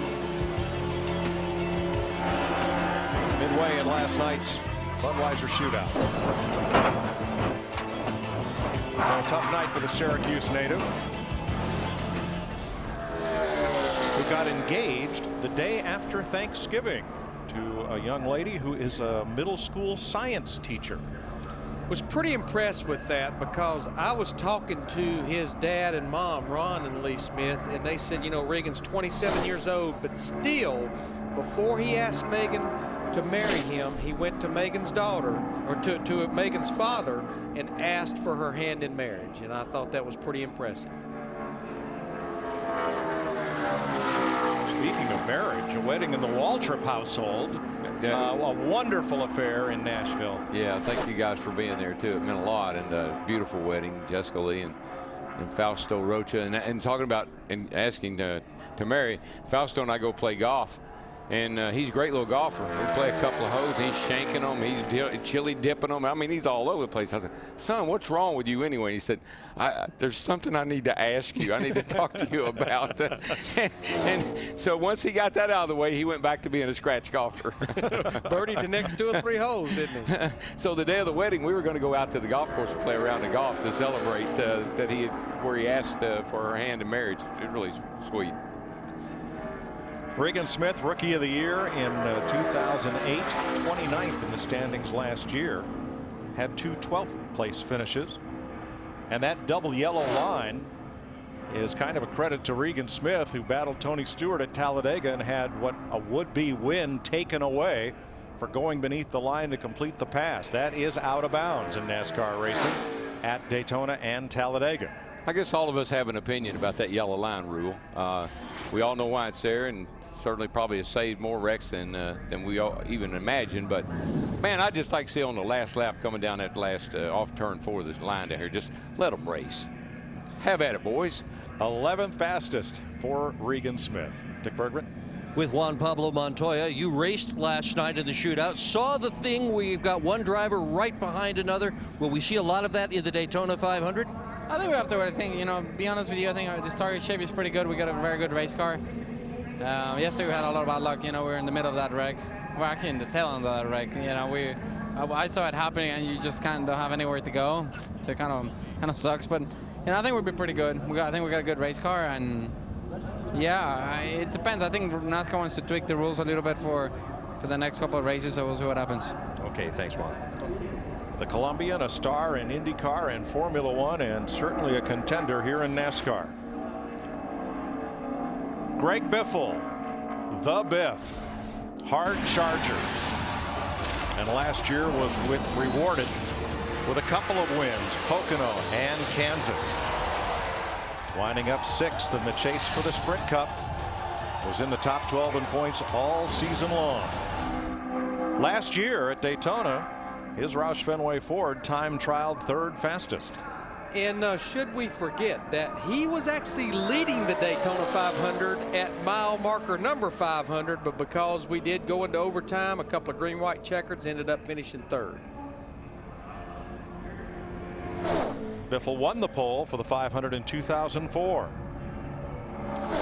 Saw his car owner Jack Roush there just a second ago. Of course, had that really, really horrible plane crash back in the summer, and you know, was back at the racetrack shortly after that. A bad crash, but both he and his companion walked away, landing at Oshkosh, Wisconsin during the experimental aircraft event. A landing crash that Jack said was due to crowding on the approach, and a plane that wasn't able to get out of the way as he was coming in to land. He is flying again, however. And that's great news, and his return to the track really rallied his troops. Biffle won again, and Carl Edwards won the last 2 of the season. That is about the 8th or 9th fastest first lap for Greg Biffle. And this is the 2nd Roush Fenway car to go out. Matt Kenseth went out earlier in that 17 car, and their first lap almost a mirror of each other. 8 1/1000ths difference between Kenseth's first lap and Greg Biffle's first lap. We felt like the Ford camp probably wouldn't have anything for the Chevrolets as far as the pole of the front row, but Darrell and I were talking earlier. We felt like 1 or 2 of them would crack up there in the top 10, especially that little Trevor Bayne. Yeah, look for that 21 car, see how he does. I think that's going to be the benchmark based on what we saw in practice. There's a strong pickup for Biffle. Who pretty good right there. 48.67, Greg. That's 5th right there, right now. That's stout. Good run. They were having a little vibration problem yesterday. Looked like they got that all fixed up, because that's a pretty good run right there. I believe the cat in the hat was happy with that lap. Biffle is the fastest of the 4 Fords that have run thus far. Krista? AJ Allmendinger and I discussing another word that begins with A, adjectives for the Bud Shootout and the craziness we saw looking ahead. What are we going to see in the Daytona 500? It was a little crazy. And then, because I sat up right up there, up in one of the suites with the people, hanging out with them, seeing what they thought. Honestly, I was a little confused by it, because I'm not. It's just crazy. It's something that we've never seen. Obviously, a lot of people are saying that. Don't know really what to think of how the race is going to play out. Obviously, the 2 cars hooking up is going to be the big deal, but man, I don't know. I sat there kind of with my mouth open the whole time, kind of like, okay, what's going to happen next? So it was a lot of fun to watch. Hopefully, I'm going to go start sweet talking some drivers in the driver owner lot right now, make some friends. I was already telling Jeff, nobody helped him last night. I'll help him in the 500. So it was crazy, but you know, I think the Best Buy Ford, not going to be the fastest thing. I am going to try to hold it wide open in qualifying. I haven't done that yet. I'm going to try that, but probably won't be on pole, but I think with all that Doug Yates horsepower, it's going to be fast in the race. Go for it. Thanks, Krista. Don't make any old age jokes about Jeff Gordon. Yes, he's sponsored by the AARP. You get the solicitations in the mail if you're 50 or older, but he is ready to race and ready to win another championship this year. Last year, 9th in the standings, his 16th top 10 performance in the last 17 years, but he was in contention to win 4 races this year. He has a new crew chief this season, and he has what I believe is the longest tenure driving the same car of any driver here at Daytona. He's been behind the wheel of Rick Hendrick's number 24 here since 1993. I believe he's fixing to lay us down a pretty good first lap in his 24 car, it looks like. 48.91, and that's on lap 1, Darrell. It's a good lap right what there. What a lap. That lap is the 11th fastest lap of the day, and it's only his first lap. You know, funny quick story. Of course, we know he got into the scuffle with Jeff Burton at the Texas race. He likes it. He likes that. But when he got home that night late, his daughter Ella, 3 years old, looked at him and said, "Papa, were you wrestling with another man today?" He said, "Yeah, and Papa shouldn't have been doing that, but I was a little upset." Here he comes, and this, by more than 1/10 of a second, could take the pole away from Paul Menard. Here, water 240. Jeff Gordon, Good job, guys. looking for his second Daytona 500 pole. He's on top. 48.396. Stout. More than 1/10 of a second past her. That's what I'm talking about. I'd say so. So good.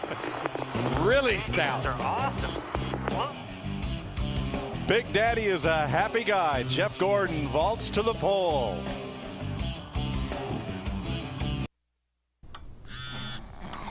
Sweetie, did you just text me that your parents are going to be moving in with us? Oh, don't worry, honey. I switched to Sprint, so I get unlimited texts. You just emailed me that they're taking my room? Sweetheart, it's okay. Email and web are unlimited, too. Mom, please. Do you want to tweet about it? I'll help you compose a tweet, if you like. Sprint gives you unlimited text, web, and calling to any mobile. No data caps, no worries. Sprint, the Now Network. Hands-free driving. Cars that park themselves. An unmanned car driven by a search engine company. We've seen that movie. It ends with robots harvesting our bodies for energy. This is the all-new 2011 Dodge Charger, leader of the human resistance.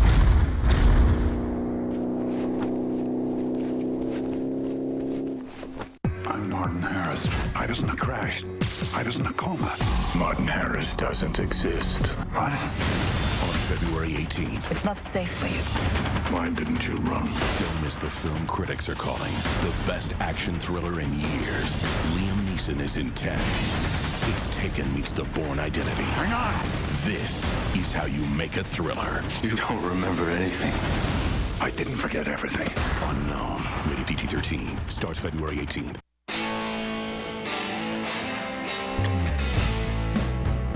It's time to take matters into your own hands. especially when a little work can mean big savings. AutoZone's got the advice and expertise you need to take on any job and get it done right.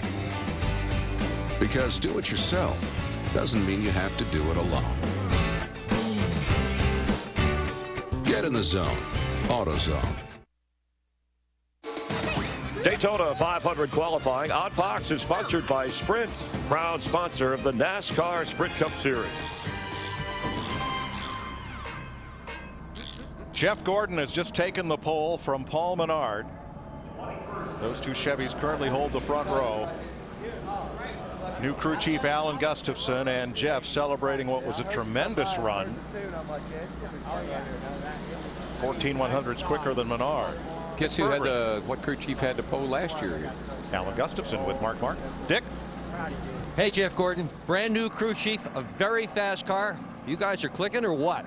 Things are clicking. I'm so proud of these guys. I mean, I know everybody talks about how hard you work, but these guys just pay so much attention to detail, and that's why they've been on the front row here the last couple of years. I just get the pleasure of driving it, and really excited about this entire season and the drive-in hunger Chevrolet. So you're going to win the Daytona 500 to start it off? Well, we saw last night you can't predict what's going to happen in this kind of draft session, and it's going to be interesting. But boy, it sure does make it nice to have a good starting position, and I hope we can maintain one here. All right, thanks. Thank you. Nice run. And having a new crew chief won't slow you down. 4 of the last 5 Daytona 500 winners had a new crew chief from the previous season. Marcus Ambrose, the first of the 2 Richard Petty Motorsports cars that will qualify back-to-back. 9th fastest for Ambrose with a 48.71. Krista? Dale Jr. standing by his race car, and before the Bud Shootout you said I don't know what to expect. So after the Bud Shootout, what surprised you most about last night? I think that we all didn't know whether we would be in the little 2-car packs from the very start to finish, and so we just all kind of wondered how it was going to work out. But it was pretty fun. I mean, anytime you're out there racing, you're having a good time, and we're just hopefully we can find a little more speed. Did you see what your teammate just did? Yeah, I mean, Hendrick, they build awesome motors, and they got great fabricators. I mean, these cars are plenty capable of being on the pole. They were last year, and so that's good. Hopefully we can get enough out of our car to give him a run. Want to thank Amp Energy, Mountain Dew, and National Guard, and all our sponsors. And it's just an easy day, man. Wish they were all kind of like this, but we'll see what we can run and get ready for the qualifying races. Thanks, Dale. I'm glad he says it's easy. There's no way I could do it, Mike. Well, 2 laps and go to the beach. I mean, Dale Jr. is 4 cars away from making his qualifying run. Fox Fantasy Auto Racing is back on FoxSports.com. Pick 5 racing stars to compete each week of the season. Compete in groups with your friends or other racing fans. Are you up for the racing challenge? Go to FoxSports.com/fantasy. Mike, what's not easy? Talking about being easy. When a driver is really excited and up, he's got to act like he's not. When the driver's not up and not really into it, he's got to act like he is. So it's kind of a role the driver has to play. You don't want to be, you kind of want to hit it right in the middle. And that's hard to do. But he definitely has to be a cheerleader a lot of times when that team is maybe a little bit down, no question. A car number that's been to victory lane in the 500 7 times with Stock Car Racing's king, Richard Petty, at the wheel. This is the Richard Petty Motorsports number 43 for A.J. Allmendinger, who finished 3rd in his first Daytona 500 in 2009. There's no question when AJ went to drive for Richard Petty Motorsports that you could almost see that Richard Petty somewhat wrapped his arm around AJ Allmendinger, kind of like, this is my boy right here. And they did have a little bit of a huge powwow in the garage area at the 4th of July race last year. Got a little heated there for a little bit. When you said he wrapped his arms around him, you weren't lying. Well, I think he was pointing his finger at him that night. Big old long index, that ET index finger poking him in the chest. I don't think AJ took kindly to that. First lap complete for Allmendinger, 22nd at a 49.53. Now you see where that line is on our Fox tracker, and that will stay there to indicate the first lap. Of particular interest is going to be that number backgrounded in blue, which is the difference. Plus means slower than the fastest qualifier. A minus would be quicker.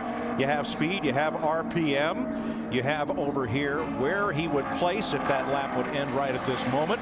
It's a dynamic tracker, and there's a lot going on there, but all the information you need to follow your favorite driver is right there. Looks like he may end up being just a little bit slower than his teammate Marcus Ambrose in the 9 car that was just out a second ago. Marcus is 9. Looks like AJ is going to end up about 11th. 48.83, 184.29 miles an hour. Allmendinger has the 3rd fastest Ford so far. Let's go to the mayor, or is it the senator of the garage area? Let's go to Krista. Thanks, Mike. Well, last night, Jeff Burton, you told me that you learned more in that first 25 laps of that shootout than you'd learned in all the days of testing. I know it didn't turn out the way you wanted. What gave? You know, we really don't know. You know, we had Clint behind me pushing like heck, but we just couldn't go anywhere. I think that as the speed picked up, certainly it seemed like some people had got their rev chips pulled out, and we didn't get ours pulled out. And that obviously was part of it. But to be quite honest, I mean, Clint was there pushing all he could. We just couldn't make any lap time. So I really don't know. I swore, I said, when we get a chance to win races this year, we're going to win them. We ain't giving them away. And we felt like we gave the first one away. So we'll have to redeem ourselves. Well, I'm going to let you choose something right now. Better nickname for you, the mayor or the senator? What would you rather be called? Whichever one has the less people calling and complaining, that's the one I want. So either one of those probably won't work. I was going to say politics is bad then. Thanks, Jeff. See, he's such a politician. And one of the sharpest minds in the garage area. Yes. I was going to say, that's not the answer I was expecting from him. Yeah, well, you know what happened? You gave him an option. You can't be one or the other. You got to. When he hangs up his helmet, if he doesn't run for public office, I'll be surprised.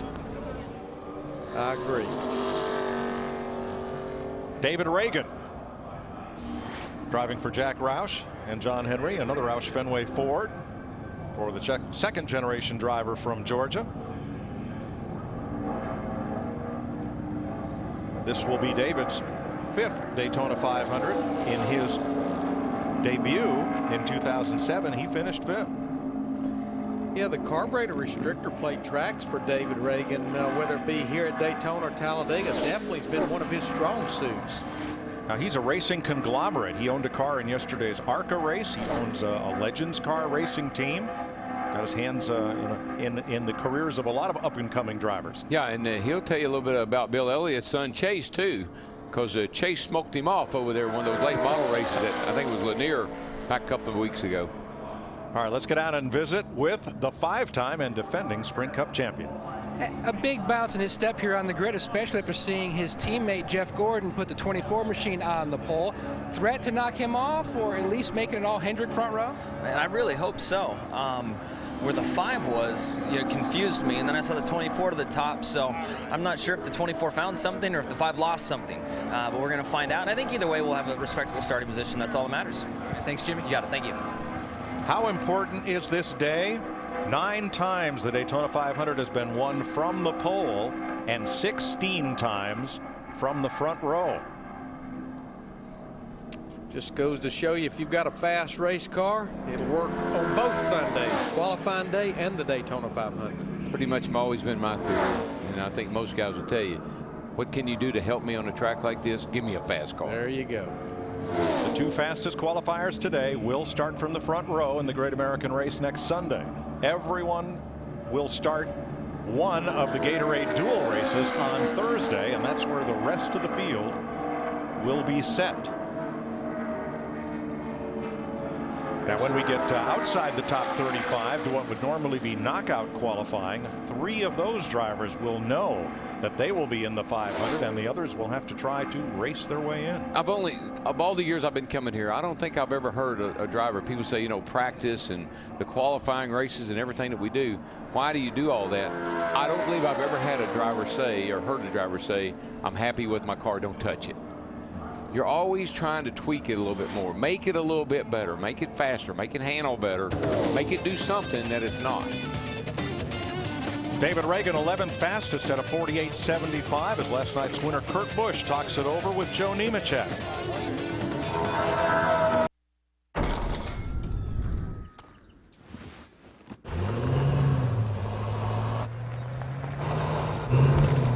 We gave it a new fully boxed high-strength steel frame and hydraulic body mounts for a comfortable ride. Because the things you carry are even heavier than the things you haul. Introducing the new Chevy Silverado HD, Motor Trend's 2011 Truck of the Year. I also will my private jet, my island in the Maldives, and full control of the family business to my soulmate, Angel. Finally, to my only son, Chauncey, I bequeath my DirecTV and its vast collection of 6,000 shows and movies. DirecTV now gives you instant access to 6,000 shows and movies at no extra charge. Yeah! Whoa! Thank you! Yeah! Don't just watch TV, DirecTV.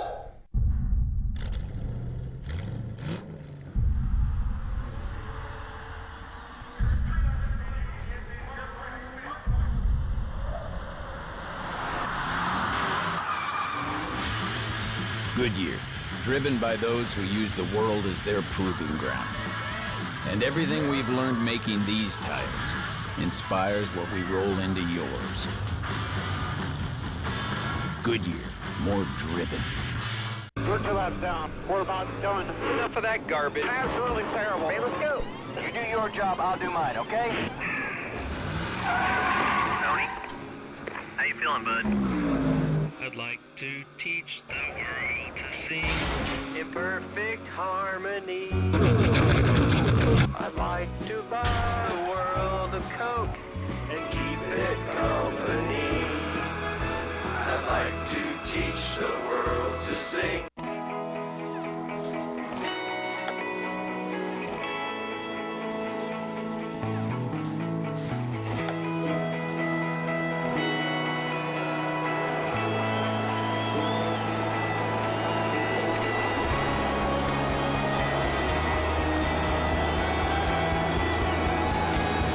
Funny how following your passion always puts you right where you're supposed to be.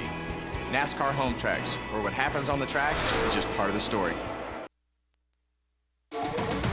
Daytona 500 qualifying on Fox is sponsored by Goodyear, the official tire of NASCAR. Goodyear, more driven. By Coca-Cola, open a Coke and enjoy the race. And by the Chevy Silverado HD, Motor Trend's 2011 Truck of the Year. Aerial coverage provided by Goodyear, official tire of NASCAR. Everything we've learned making tires for one of racing's most grueling proving grounds inspires what we roll into yours. Goodyear, more driven. If it looks like 1976, don't be surprised. The red, white, and gold of the Wood brothers, who have 3 poles in the Daytona 500, and they have a hot young shoe behind the wheel. Trevor Bayne, 19 years old, the youngest driver trying to attempt the Daytona 500 this year. Perhaps Ford's best hope for the pole in the 500. He's on his second lap. The first one was about 8th fastest overall. He is going to be close. Second for Trevor Bayne. He puts a Ford on the front row for now with a 48.53. Oh my! 6 1/1000ths faster than Paul Menard. I tell you, that's a great effort by Trevor Bayne. That first lap, I said, "Oh, he's not good." He's not. Awesome job. I don't know if we'll stay there, but y'all are awesome. And guess what? That was a huge pickup over lap 1. That's what I said that first lap. I said, well, they really fooled themselves. But, man, watch these guys.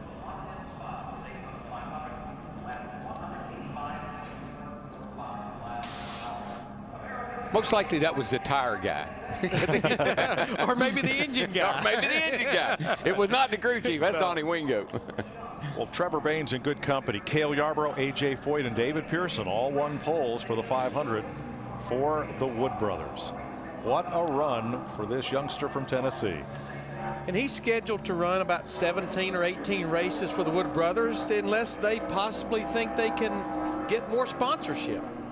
They've won it 4 times with Tiny Lund, with Cale, with Foyt, and with Pearson in that famous finish with Richard Petty from 1976. Dale Earnhardt Jr. qualified on the front row for the 500 in 2003 and 2010.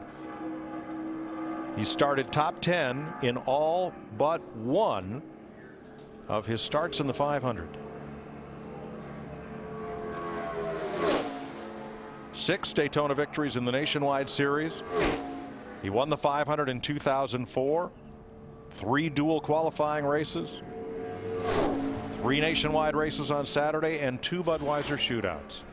We've just seen a very upbeat Dale Earnhardt Jr. throughout the testing in January, throughout the entire speed weeks. And he said, you know, with the right formula, the right chemistry, and good communication, I feel like without a doubt I can get back to where I was when I was winning races and competitive driving at DEI. You can't hang around Stevie Letarte and not be pumped up.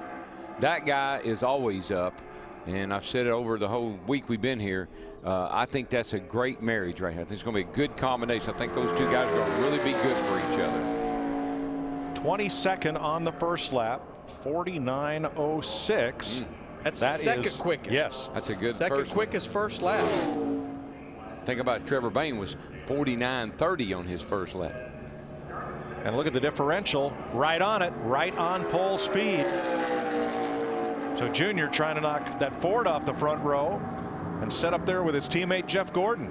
And I'm going to tell you what I think even makes this a really good lap. When his teammate Jeff Gordon qualified, the American flag we watched that gives us a good indicator of the wind was laying straight down. Now actually Dale Earnhardt Jr. is having to fight a pretty good headwind down that back straightaway. Good numbers. Like it's going to be close. It's going to be right on it. Gordon's lap of 48.396. Junior. Do it. Yes. First. Get your brake test. 48.364. 22 1,000. For an hour or so, maybe. I think Junior Nation came to life. 22 1,000ths of a second. Excuse me, 32 1,000ths of a second. Separate Dale Jr. and Jeff Gordon. And 2 of Rick Hendrick's cars right now are on the front row. And I think his 2 biggest bullets will be, there's his crew chief, Steve Letarte. That whole team was with Jeff Gordon last year. And now they're with Dale Earnhardt Jr. But I think the 2 biggest bullets will be the other Richard Childress car, Jeff Burton coming up here shortly, and then his teammate, Jimmy Johnson. Dick Berggren. With 19-year-old Trevor Bayne now 3rd quick so far this afternoon, what did you do behind the wheel to help your run? I prayed a lot before I got in the car, first of all.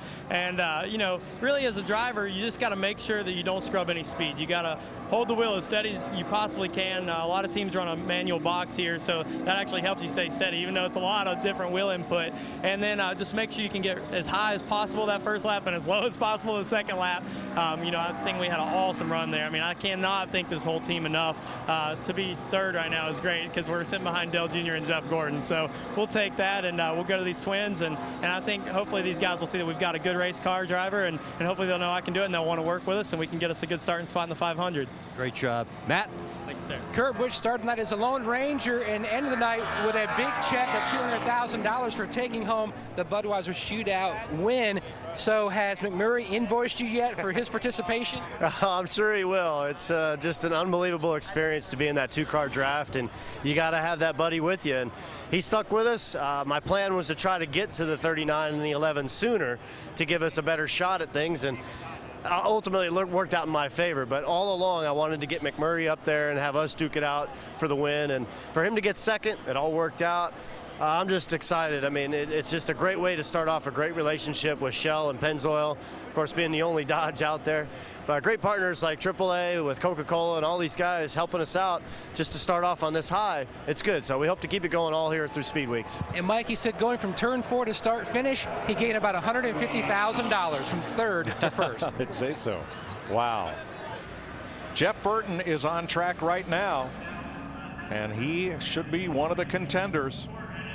The pole winner for the 500 in 2006. But Burton right now is tracking 10th fastest as he comes off the corner, picking it up to 9th. just keeps gaining a little bit and a little bit as he came off 2 and down that back straightaway. You know, real quickly, following up on Trevor Bain talking about having manual steering on his car. Power steering pump probably doesn't pull over 2 or 3 horsepower at the most, but that's how critical 2 or 3 horsepower are. You'll unhook that power steering and go to an old manual steering box like an old pickup truck or something I have on it. Got to crank on a little bit more, but takes a little bit of horsepower. Jeff Burton continued to gain speed all the way to the finish line and is 6th at the moment at a 48.63. That's 185.0 miles per hour. Dick? With Dale Earnhardt Jr., how'd that car feel on that run? Pretty easy. I don't know, 185 ain't too hard at this place, especially with the new asphalt. But I want to thank Hendrick Engines and the guys in the fabrication department, all the guys in the 4888 shop. But how about the driver? Can this driver win the Daytona 500 next Sunday? About 30 of us can. Hopefully I make all the right moves, man. We got a long week, but I'm real proud of the speed we had today. I want to thank everybody that worked on the car. It was all race car today. Good start. Steve? Dick, David Reagan's been visiting with the fans. Your dad raced here in the Daytona 500. Kevin Harvick says this is our biggest race times 10. Can you tell the fans, the viewers, what it's like to get ready for the Daytona 500? Yeah, I mean, this is such a big event, and it's not only the the kickoff of our 2011 season. It kind of is a tone setter for the rest of the year. But the Daytona 500. You think about the birthplace of NASCAR and racing just down the road on the beach, and then over here, and so many legends that have won the race and not only won but participated, and obviously the new track surface. There's a lot of neat things happening here. I went up top yesterday for the ARCA race, and just looking down on the speedway kind of gives you chill bumps. You're like, man, this place is awesome. So it's a Daytona 500. Our UPS car is pretty fast, and looking forward to being back down here next week. Well, Krista, David Reagan making a lot of new fans, talking to some of the kids down here hanging by the fence. Well, kids love Carl Edwards because he's all about traditions. First it was the backflip, now it's running into the stands. What kind of things do you have planned for the 2011 season? Probably a lot of what we just talked about, changing diapers and things like that. That is what we were talking about. Seems to be taking over my life. But, hopefully I've got a lot of victories to celebrate, and hopefully we can do backflips and go up in the stands. I had so much fun doing that at the end of the year. Our Aflac team is geared up, hopefully, to make a run at this championship. We had fun at the end of the season. I'm ready to get going racing. All right. Thanks, Carl. Thanks, Krista. David Rudiman on track for Michael Waltrip Racing. Rudiman was one of last year's most successful restrictor plate races. In the 4 events at Daytona and its sister track Talladega, Rudiman had the 3rd best average finish behind 2 of Richard Childress's drivers. Which tells me David Rudiman did probably the best job of a lot of drivers staying out of trouble at those 4 races. First lap for Rudiman, 49.50. That's about 15th quickest first lap. He's a car owner. Yeah, he's the car owner for his dad, Buzzy. Hall of Fame dirt track driver. Been having a rough go of it. Talking to David, said they'd blown an engine, flipped a car. But Buzzy keeps crawling out and say, well, you got a good backup. You saw David is from Zephyr Hills, Florida, down in the southern part of the state, and he was a dirt track racer. And David said earlier in the week, wasn't that many years ago, I was sitting in the stands here as a fan, and all I thought about was just trying to get in the garage area to see some drivers. Never dreamed about racing in the Daytona 500. Rudiman had 9 top 10s last year and clocks in 17th, 48.90. He is the fastest Toyota with a lap of 184.0 miles per hour.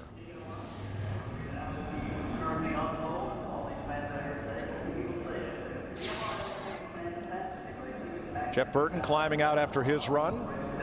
Oh, gives the parade float wave. Looked like a political wave. He's going to have to make a choice, senator or mayor.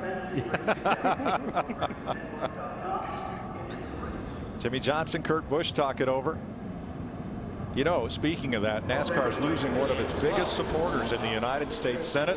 Want to say hi to John Kyle from Arizona. I'm pretty sure he's watching because he is an avid NASCAR fan, probably the biggest one on Capitol Hill.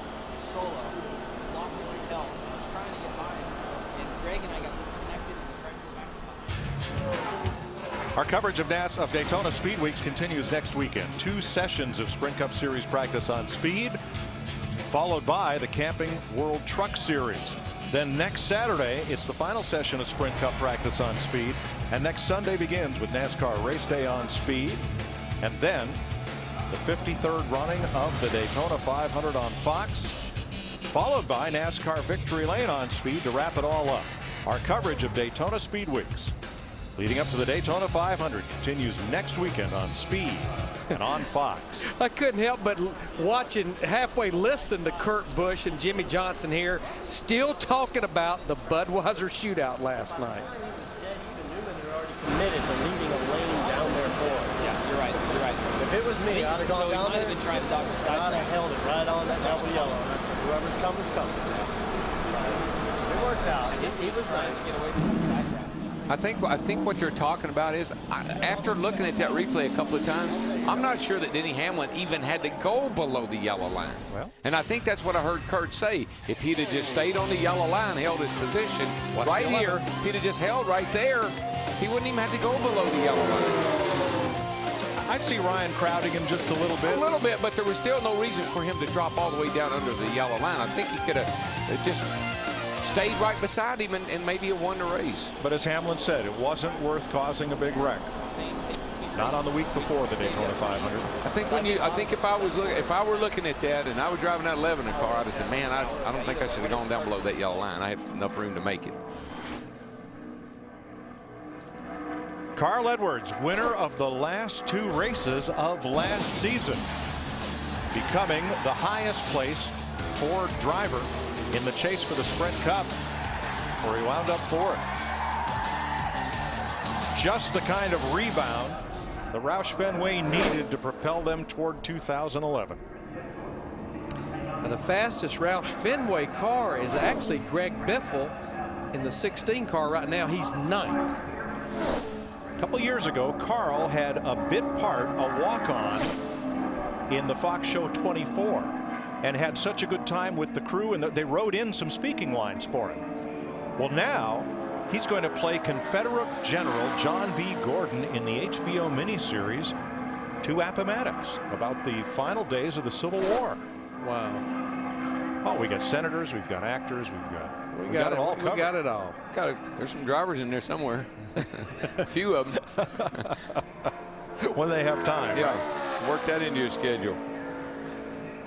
Does this mean we have to call him the General, or can we stick with Cousin Carl? I like Cousin Carl. He's been Cousin Carl ever since I met him. Just it's stuck with him. Well, Kenny Schrader, that's how he introduced Carl to all of us back when Carl first showed up. He said, this Cousin Carl from up in Missouri.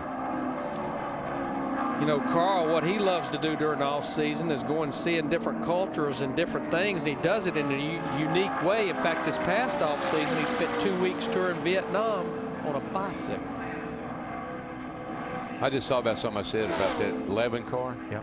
I make that decision on a replay. On the replay, yes. Yes. I don't know what I'd have done if I'd have been coming out at 2:05. Or here about 18 hours later. Carl was Fox's guest at the Pro Bowl in Hawaii a few weeks ago. 15th will be his qualifying effort, 48.78, and that is right in the midst of all the Fords. Yep, we got a Ford that's 9th, 12th, 14th, 15th, 16th, and 17th.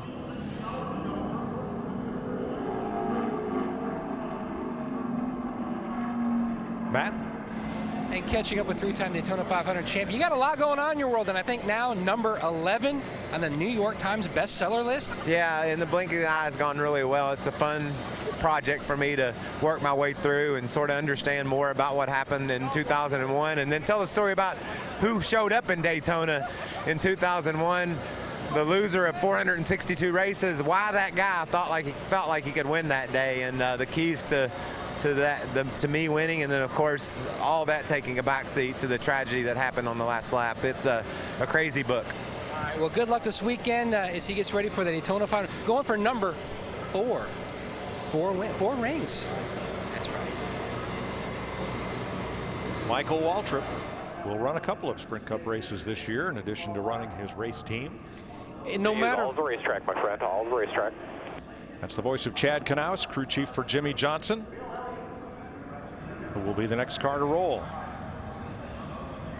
And what he's telling him, use all the racetrack, get as high and as close to that wall as you can on this coming to get the green or the white flag lap.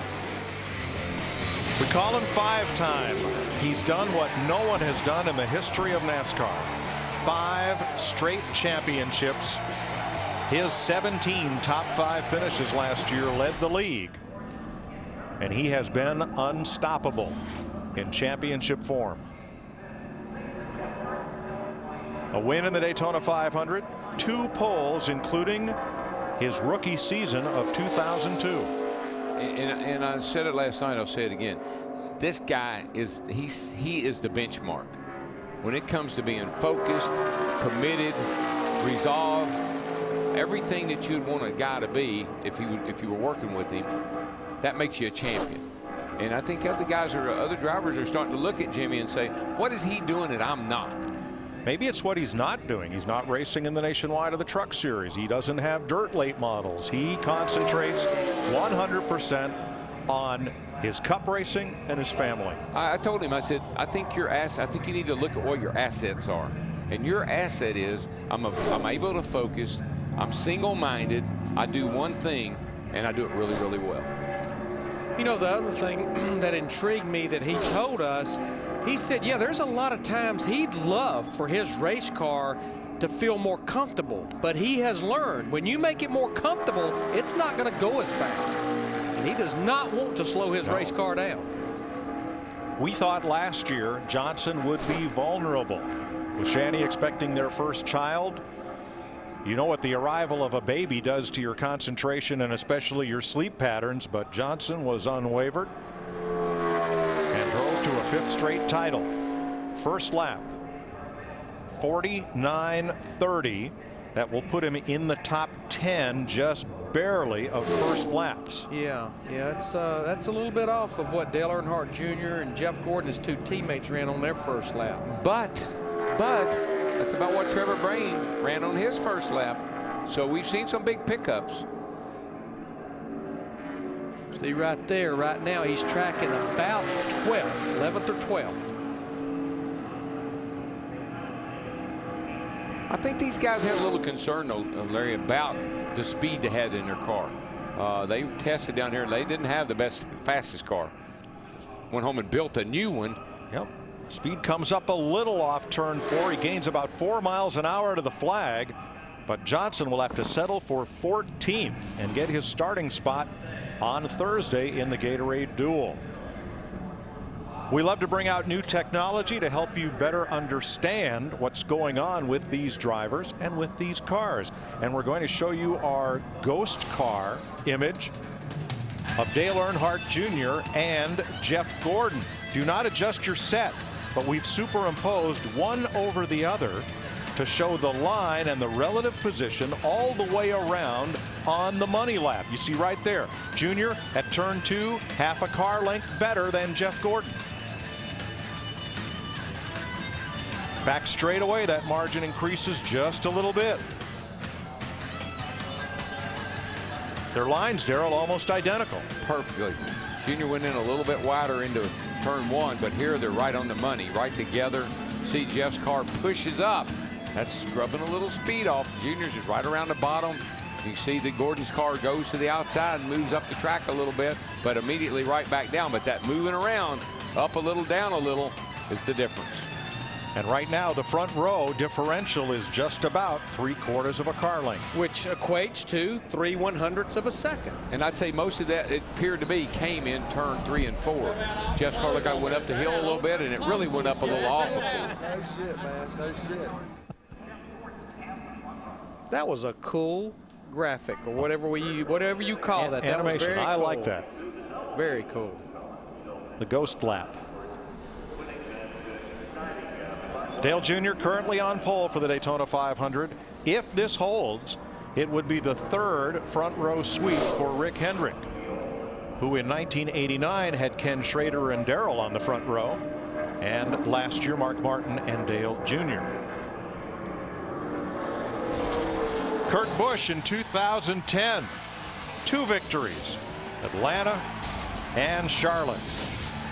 making the chase and winding up 11th for car owner Roger Penske. Busch is a 3-time runner-up in 10 Daytona 500 appearances.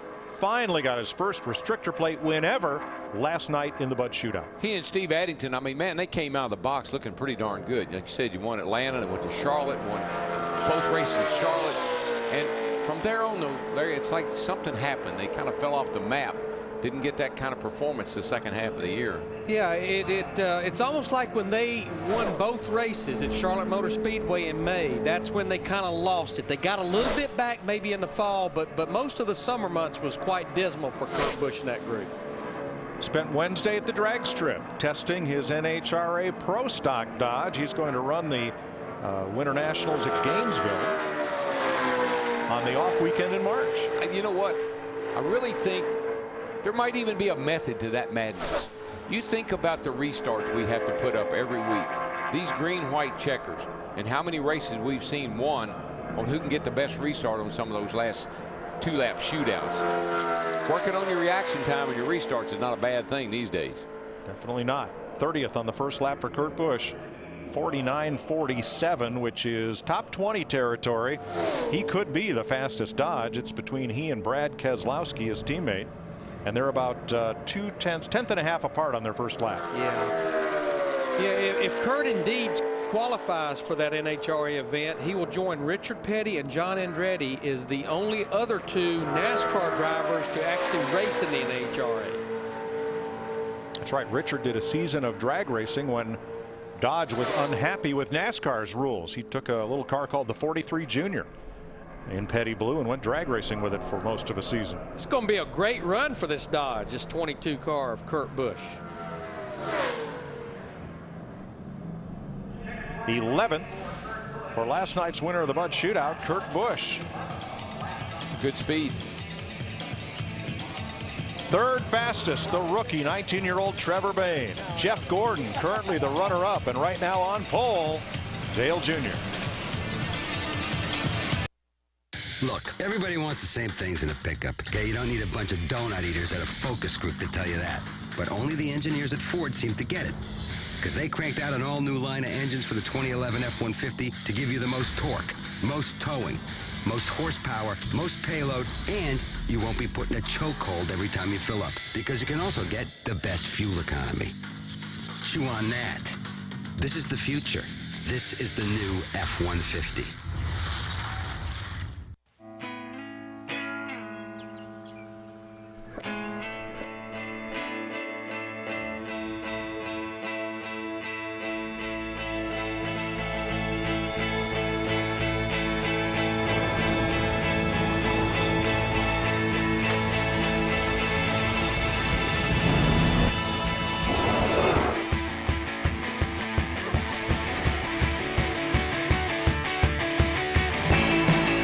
Camping World and Good Sam. One great company with a complete offering of everything RV under one roof. We provide new and used RVs, rentals, accessories, service, collision repair, financing, roadside assistance, warranties, insurance, and exclusive club membership, and much more. With 75 locations, Camping World and Good Sam will bring you peace of mind mile after mile. What are you waiting for? Get outside. But first, come experience the all-new Camping World and Good Sam, united to serve all of your RV and outdoor needs.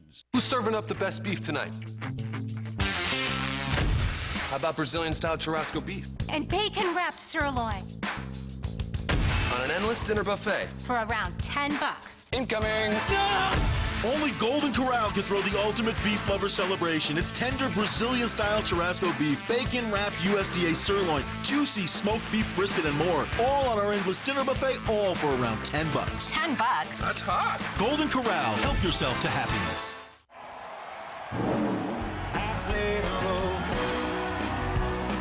And the highways I saw, never cities like the same 3 chords, been helping us along, and the story is told, and the crowd is done and gone, shaking off the miles and trying to make it home.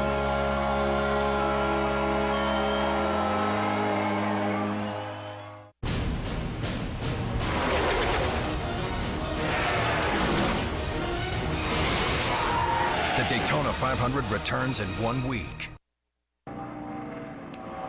We welcome you back live to the Daytona International Speedway and pole qualifying for next Sunday's Daytona 500. You'll see it at noon Eastern here on Fox. Jeff Hammond, Chris Myers, and right now, Jeff, an impressive front row of Dale Earnhardt Jr. and Jeff Gordon, a couple of guys trying to end losing streaks. 93 races for Earnhardt Jr., 65 for Jeff Gordon, as we get a check of Robbie Gordon going around the track. And the thing was, I mean, Rick Hendrick's got to be excited about the switch he made with the crew chiefs, helping these drivers, and the drivers responding. And was that ghost car not one of the coolest things you've seen? Because I know as a former crew chief, that would help me understand where my car got beat and what I might need to work on to make it better for my driver. Because you're always wondering, where did you lose that little bit of speed that could have put you on the pole? Yeah, and how does the ghost car, how does it help fans sometimes get an understanding of how important, when you, like Darrell was talking about, taking a corner, losing it, you lose a little bit of speed if you get outside instead of hugging the line. You talk about how you turn the wheel and how the car handles and how the car yaws out. All these things are so important to a driver. And we talk about a driver, the importance of what he does behind the wheel. I think you could finally get an illustration of how Earnhardt's line and how good he was, really helped pay off for him in the end. Holding that line as tight around the racetrack as possible. As we take a look at Robbie Gordon, he currently winds up being 31st at about 182 miles an hour in that new Dodge of his. Who's a threat of those remaining to maybe knock Dale Jr. out of the top spot? The one guy we better not overlook has to be the man who set one of the fastest laps here, and that's Bill Elliott in that Phoenix Racing 09 car, because they have been good in practice, and Bill knows how to run those smooth lines around here, and that's also one of those cars that still got Hendrick power under the hood, so don't overlook him. All right, and let's check in with Chris Devotis. She's with Denny Hamlin. Thanks, Chris. Yeah, and want to talk about his new business partner, Denny Hamlin, now teamed up with Michael Jordan. Turn around. Show us the Jordan logo on the fire suit. There you go. Did your business partner call you last night and talk to you about that move you made on the racetrack? No, but plenty of people on Twitter did, that's for sure. But, it's just one of those things. It's a learning experience for everyone last night. Everyone that was in that race, it was a different type of racing for sure. So for me, I might stick to my guns, say I was past them before I went below the yellow line, but the rules are you can't go down there. So for me, it wasn't worth wrecking all four cars, and more than likely that's what would have been the outcome if I had stayed on the racetrack. Thanks, Denny. And let's not forget, folks, Denny Hamlin won the Budweiser Shootout in his rookie year. He is no stranger to victory lane here at Daytona. Spoiler check going on Hamlin's car. And make sure each driver that goes out that the angle in that spoiler is the same 70 degrees. And it's got adjusters on the back there that's how they stand it up or let it down. Most time stand it up a little bit more. Martin Truex Jr. won the pole for the 500 2 years ago. Last year moved over to Michael Waltrip Racing and finished 6th in the 500 in his debut for that team. That's his best Daytona finish in 11 starts.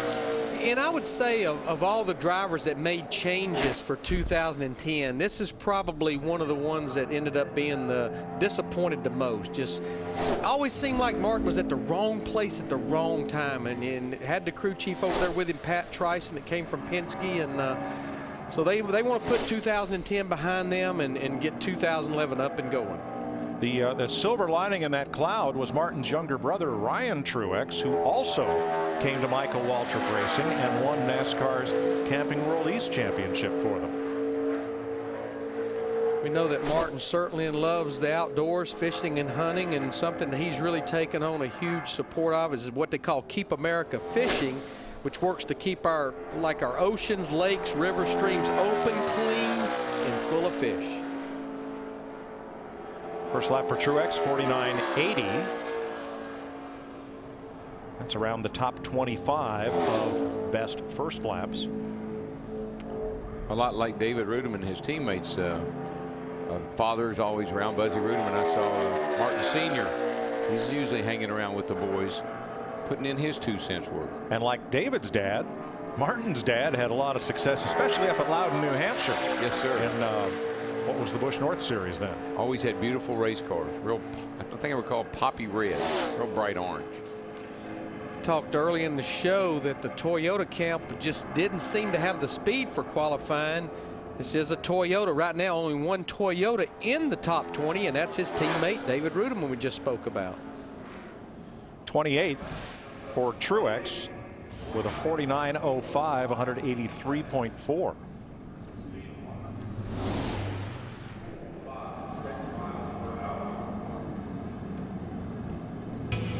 Next Sunday, America's Best. Compete in racing's biggest event here at the newly paved Daytona International Speedway. We expect a lot of 3-wide racing. Will they pair up? Will there be freight train drafts? You're going to have to tune in to see what we think will be the most competitive and exciting 500 in recent history.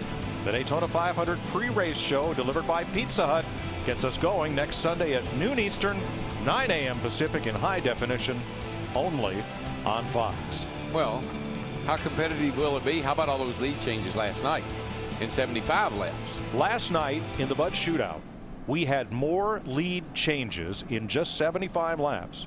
The Daytona 500 is 200 laps. Half the Daytona 500s didn't have as many lead changes as we had last night. Today's aerial coverage brought to you by Goodyear, the official tire of NASCAR. Everything we've learned making tires for one of racing's most grueling proving grounds inspires what we roll into yours.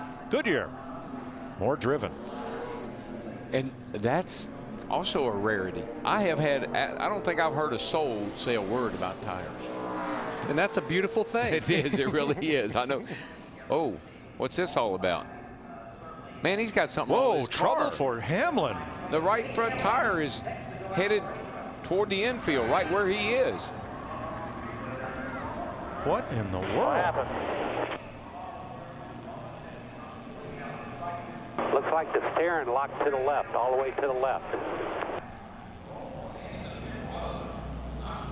Car owner Joe Gibbs looking on and looking for the replay. And looking rather worried as well.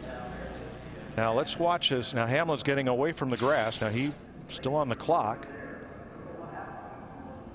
And he pulls away as a crewman looks attentively underneath the car. Now, didn't they change the engine in this car, Larry? Yes, they did. Yeah, they were going to have to start the race at the back of the dual races on Thursday.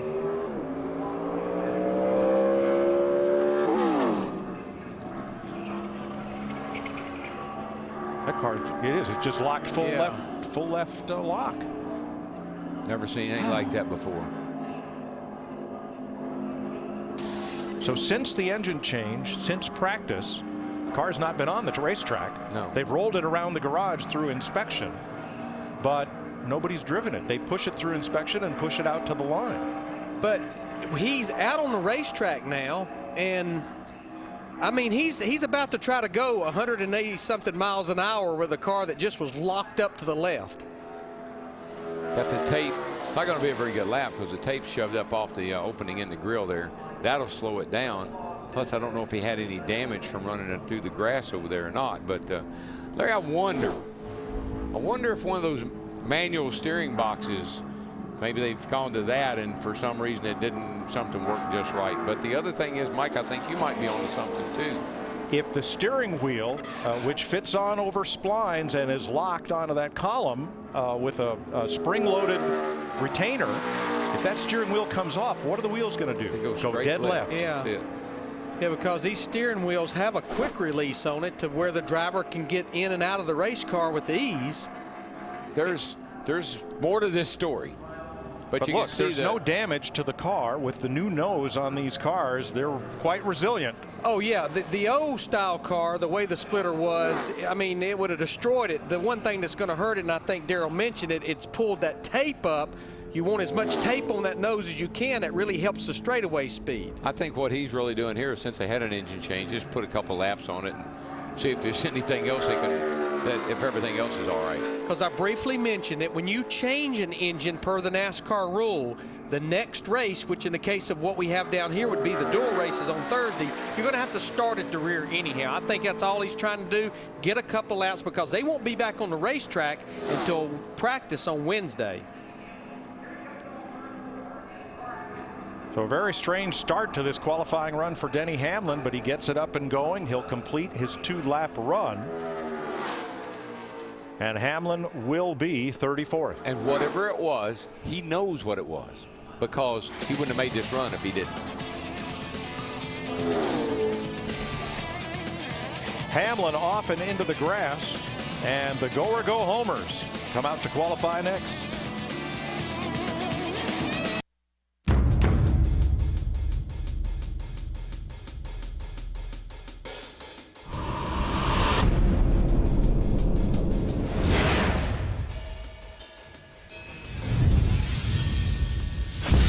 Some athletic uniforms are designed to wick away moisture. Other uniforms are made to wick away 500-degree flames.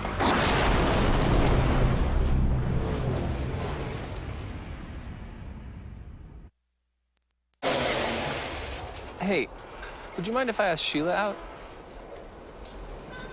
Of course not. We broke up 6 months ago. But I don't think she'd go for a guy like... She said she'd love to. She can't wait to see me. She's wanted me to ask her out for over a year now. She just sent me a video. Hi, oh, can I see that? Yeah. Can't wait for a date. In the network, sparks fly faster. AT&T is getting faster with 4G. Rethink possible. Belvedere. If you've been waiting to buy your dream home, now's the time. Resort lifestyle. An exclusive gated community featuring palatial clubhouse with gym, spa, and indoor pool. Convenient location. Tucked in the hills, just off Highway 80. Only a ferry ride to the city and 15 minutes to Napa. Unbeatable value. Affordable down payments, historically low interest rates, and prices you won't believe. You will never have an opportunity like this again. Belvedere. Schedule a tour. Visit belvederevallejo.com. When you experience smoke or water damage, it doesn't just affect your home, it affects you as well. That's why at ServiceMaster Clean, we not only help homes recover, we help you recover too. Our experts restore your peace of mind with our quick response, clear communications, and thoughtful care for your home. For damage large or small, call ServiceMaster Clean. ServiceMaster Clean, peace of mind restored. KTVU.com, complete Bay Area news coverage. NASCAR.com is gearing up for a whole new season with their new homepage redesign. A brand new and improved race view and NASCAR Fantasy Live. NASCAR.com, buckle up for the ride. 10-1, 10-1, officer shot. I repeat, officer shot. That guy thinks he owns a city enough to kill a cop. Who's gonna hear you cry? You're declaring open war on the most powerful man in the city. I know. Who's gonna hear you cry? The city's in lockdown. Welcome to zero tolerance. Fighting man, wanna cut you down. Why'd you threaten me? You have made a lot of enemies shaking things up. You can judge a person by the enemies he makes. The year's best new show, The Chicago Code. All new tomorrow on Fox. Yeah. Denny Hamlin climbs out after his qualifying lap, which would not go as intended. He ends up 34th for the moment. Debriefs with the crew. You just tell by his hand signals. Yep. He thought he had the wheel on. When he pulled back on it, it came off. That's what it sounds like. Krista?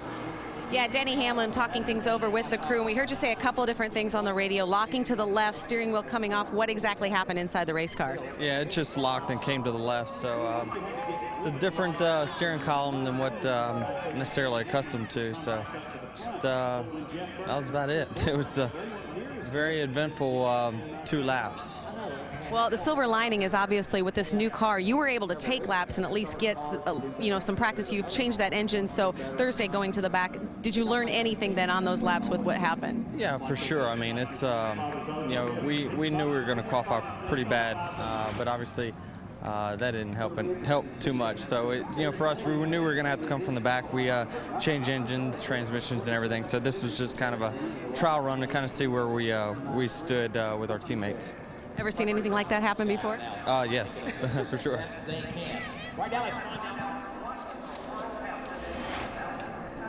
Completing his qualifying run, Dave Blaney. Blaney, former World of Outlaws sprint car star, known as a really good qualifier, and he has put Tommy Baldwin's Chevrolet into the field 22nd fastest. This begins what would normally be the go or go homers in qualifying, but because we have the Thursday races to set the field, These drivers will earn spots in their Thursday qualifying race with this qualifying run, and we know that the fastest 3 of the remaining drivers, beginning with Blaney, will be guaranteed spots in the 500, because if they don't race their way in Thursday, they can fall back on today's qualifying speed. There are 4 such slots available, but one is reserved for a past Sprint Cup champion if needed, and there are 2 drivers eligible for that, Terry Labonte and Bill Elliott. Yeah, because in the dual races on Thursday, the top 2 finishers from each duel that are part of our Go or Go Homers, they will lock themselves into the 2011 Daytona 500. Cactus Jack's son, J.J. Yaley, both sprint car stars in their native Arizona. J.J. finished 12th in the 500 in 2007 for Joe Gibbs Racing, his best Daytona finish in 6 starts. You know, back in 2009, he was actually seriously injured in a USAC race, breaking 3 cervical vertebrae, and then he returned to NASCAR last February here in Daytona in the NASCAR Camping World Truck Series. 37th on the first lap for Yaley, who finished 19th here for this team last July.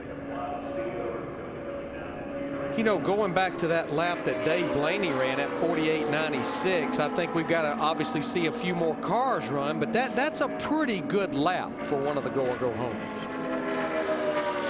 We call them Go or Go Homers because these are teams who do not have top 35 car owner points from last season that would guarantee them a spot in the 500. So they've got to go or they go home. Yeah, and of course, you know, you can roll the dice back here. You can do everything feasibly possible to one of these cars, which I think a couple of guys just may try a few little things that will help their car for qualifying anyway.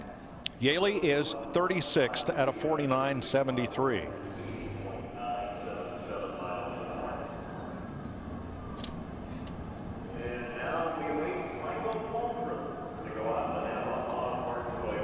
Eleven drivers left to attempt qualifying. For most of them, this will determine where they will line up Thursday in the Gatorade Duel. Well, for all of them, and at least one of them, Bill Elliott, we think has a legitimate shot to start the 500 up toward the front.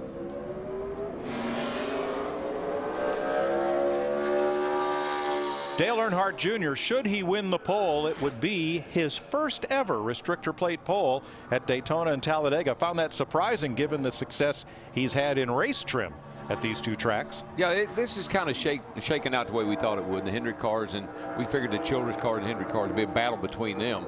Looks like Hendrick's going to win this one. But it's certainly the most pleasant surprise, and I will say pleasant, would be Trevor Bayne driving for the Wood brothers, sitting up there in the 3rd spot right now. So we know it looks like he very possibly, when we get the Gatorade Duel races on Thursday, that he's going to start from the front row of one of those races. However, he's going to have to finish up front to start the 500 up front because in the qualifying race, you've got to perform to earn that spot for Sunday, unless you're on the front row today. Today sets the fastest 2 to the front row for the Daytona 500. We know who's locked into race, those that have top 35 car owner points.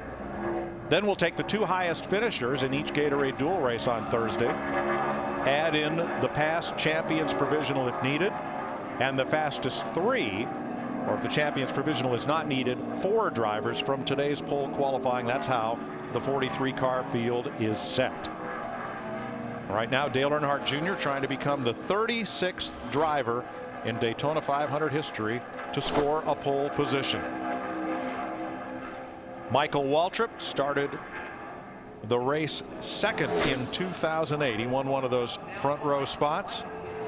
2-time winner of the 500, 01 and 03. He and Tony Stewart last night did a little tap dancing. Everybody else was doing a little bump drafting. They did a little tap dancing up in turn 3 over there, and sent Michael around and tore his car up. And you know, that first win, the 2001 Daytona 500, of course, that's when his friend and his car owner, Dale Earnhardt Sr., was killed in turn 4. And Michael said the biggest thing that Dale Earnhardt Sr. gave him when he hired him was confidence, something he had never really had his entire career. See, in my opinion, that's every driver. Jamie McMurray comes to mind right away. Any driver that's kind of been beaten down or beaten up by the previous team he was on goes somewhere and they embrace him. They make him feel like he's important, and they are confident that he can get the job done. That raises his level of performance right up. Second lap for Waltrip. He is the fastest of the drivers not locked into the field as he eclipses Dave Blaney's time. Michael is 22nd overall. Nothing compares to Pizza Hut's world-famous pan pizza. With a delicious, deep golden crust baked in a seasoned pan until it's crispy on the outside and soft on the inside. It's a true original. And now, for a limited time, choose any pan pizza, any size, with any of your favorite toppings for just $10. Even specialty pan pizzas, like a large meat lover's pan or a large pan supreme. There's nothing like a pan pizza, so for just $10, why not get two? The legendary pan pizza, now only $10 and only at your Pizza Hut. Hands-free driving. Cars that park themselves. An unmanned car driven by a search engine company. We've seen that movie. It ends with robots harvesting our bodies for energy. This is the all-new 2011 Dodge Charger, leader of the human resistance.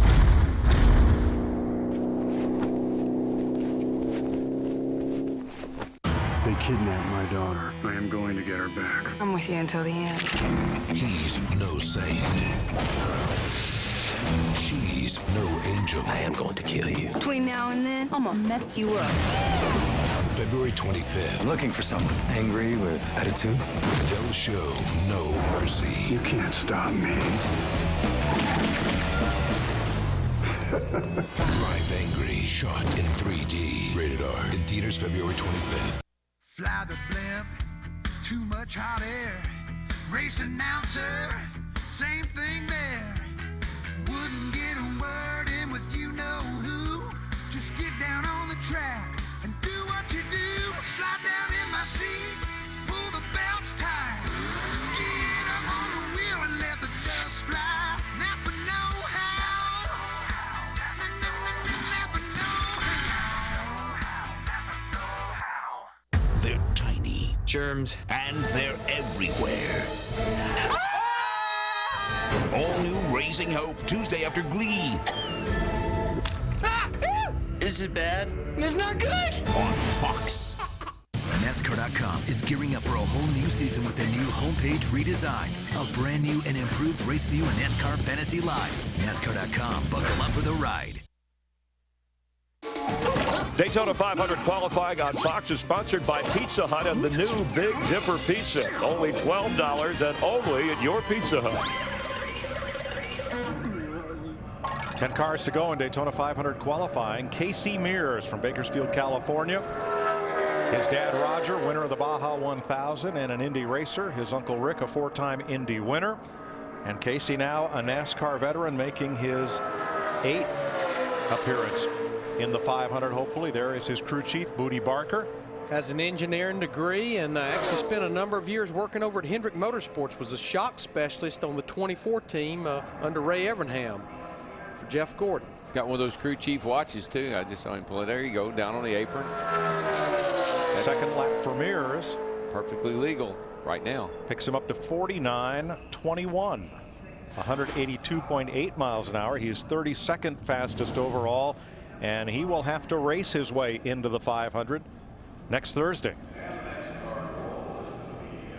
Waltrip and Blaney look pretty safe. They'll likely be joined as Bill Elliott. The fastest 3 in practice will likely be the 3 fastest drivers not yet in the field, who after today will likely know that they will be in the 500.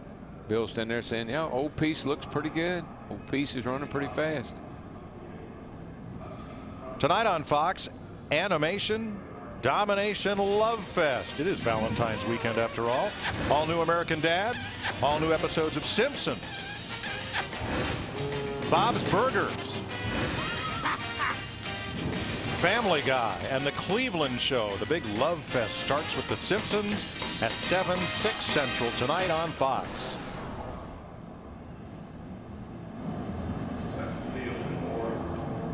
Larry, your jet landing? No, not mine. Oh. No. Okay. I have a jet. It has U.S. Airways down the side. Oh, okay. Joe Nemechek getting ready to roll. Joe has 2 cars here for the 500, his own and one that will be driven by Kevin Conway. Is that your jet, Larry? That's not it either. No, that's Hammond's. It's our director, Artie Kempner's. But that would be more my style, something with propellers on each side. No jet engines. Matter of fact, I could see Larry and Hammond just driving that thing, you know? I couldn't. Taxi it, maybe. Yeah. Joe Nemechek acquired the moniker Front Row Joe. He was quite a qualifier back in the day. However, he's never had a front row start at Daytona. His best qualifying effort here is 14th. He's driven for Hendrick, for Felix Sabates, for a variety of car owners, Bobby Ginn, and now runs his own racing operation. And Joe's 47 years old. He was our 1992 Nationwide Series champion. He started his racing career at age 13 in motocross, and over the next 6 years won over 300 races in motocross. Joe does it a lot like we used to do it years and years ago. He's not just a driver, he's a crew member. He works on the cars. He works in the shop. He and Philippe. And, you know, he's got a small operation, and they do a lot with a very few people. Joe has 10 career poles in the Sprint Cup Series, 4 wins.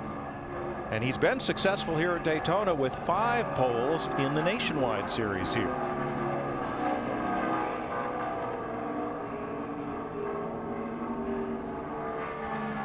Yeah, looking at our go or go homers so far, Daryl and I were talking during the commercial break. Feel pretty good about that 48.92 that Michael Waltrip ran, and even possibly the 48.96 that Dave Blaney ran. But certainly we know J.J. Yaley, he'll have to race his way in, and don't feel that great about Casey Mears' 49.21. First lap for Nemechek, 49.48. Not bad.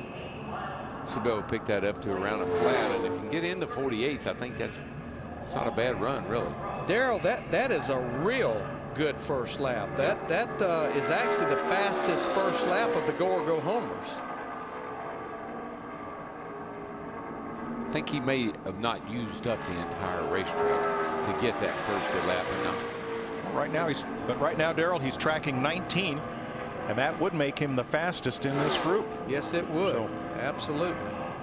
Wherever Joe chose to ran, it's the fast way around for that car. I tell you what else he's flirting with. He's flirting with being the fastest Toyota so far in this qualifying session.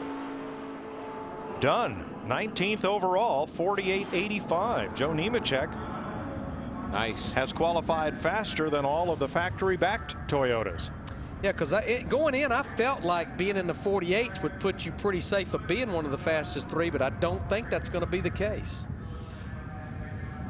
So likely Nemechek is safe and will be in the 500, but there are still 8 cars left to time trial.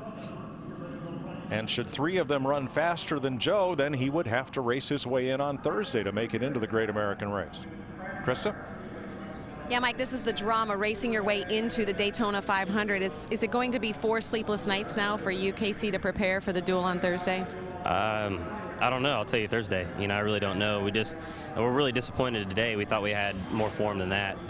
For some reason, it just didn't accelerate, even like it did in practice. When I leave pit road and I go through 4 gears, there was a point that I was getting to 4th gear every time in the center of 1 and 2, and I got the 4th way later. You know, so it just didn't accelerate. It didn't run. So I don't know why that is. Everything that we did, you know, in practice and everything we did last in the test, every time we did it, we picked up, you know, good 2 or 3 tenths, and we ended up running the same thing we did in practice. So I think everybody's pretty disappointed. They worked really hard, but for some reason, and we don't know why, it just didn't accelerate, didn't run as good as it did that time.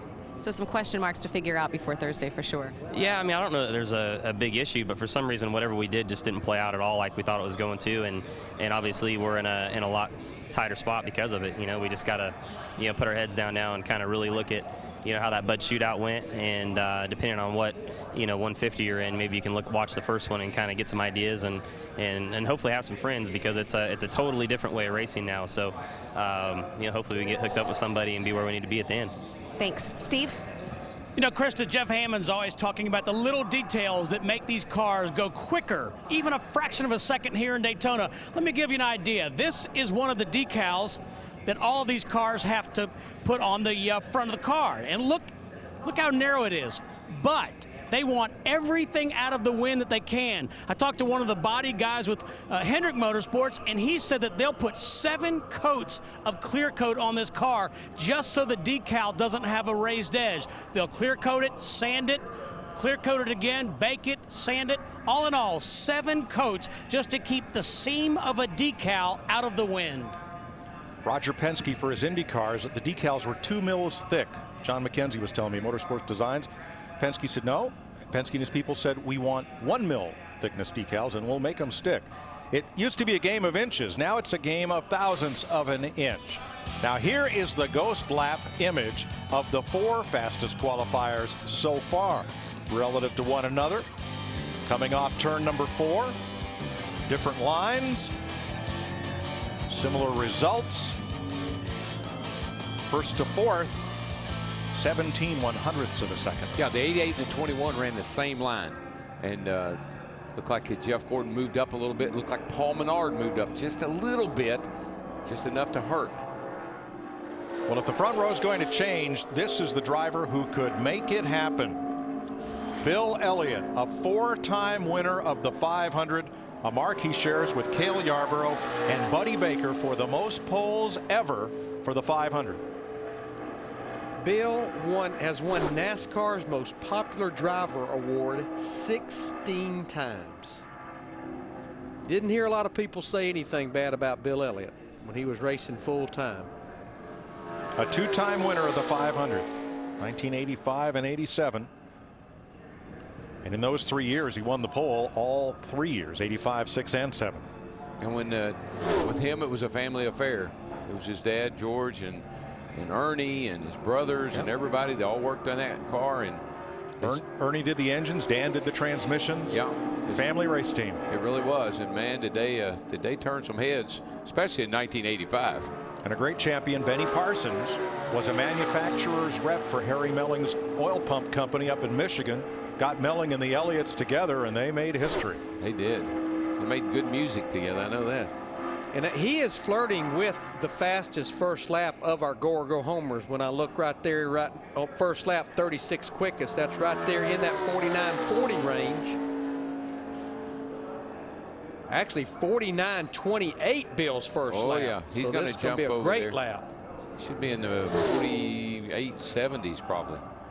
And it's all in the family for the Elliots. His son won that big pass late model race at the reopened North Wilkesboro, North Carolina Speedway last year. Yeah, and he won, I think it was Lanier here just recently. He and David Reagan have a heck of a battle, and Chase came out on top. He's 15 years old. Boy, this second lap does not look like what we'd expected. It's not moving, is it? 17. But the thing it will do, there's no question, I think it's going to safely lock him into the Daytona 500.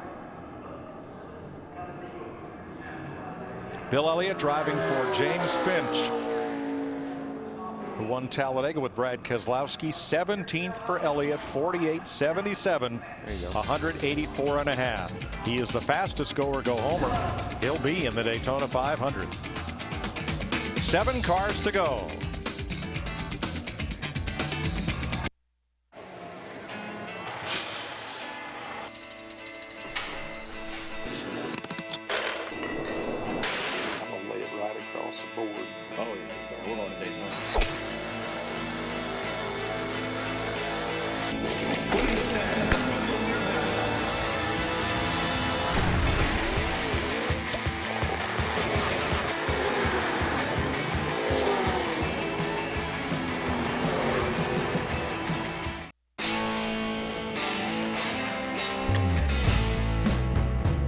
time to take matters into your own hands, especially when a little work can mean big savings. AutoZone's got the advice and expertise you need to take on any job and get it done right. Because do it yourself doesn't mean you have to do it alone. Get in the zone. AutoZone. Get your dream on, be a star. Selection, style, and service, yeah, we raise the bar. Evans is the better way to get what you want today. The lease to own Racing King, you've even got a dream machine.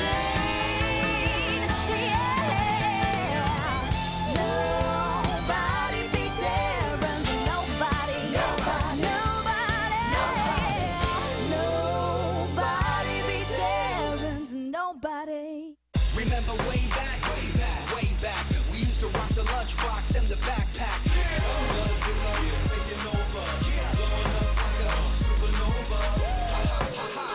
Sponsor Fired is back.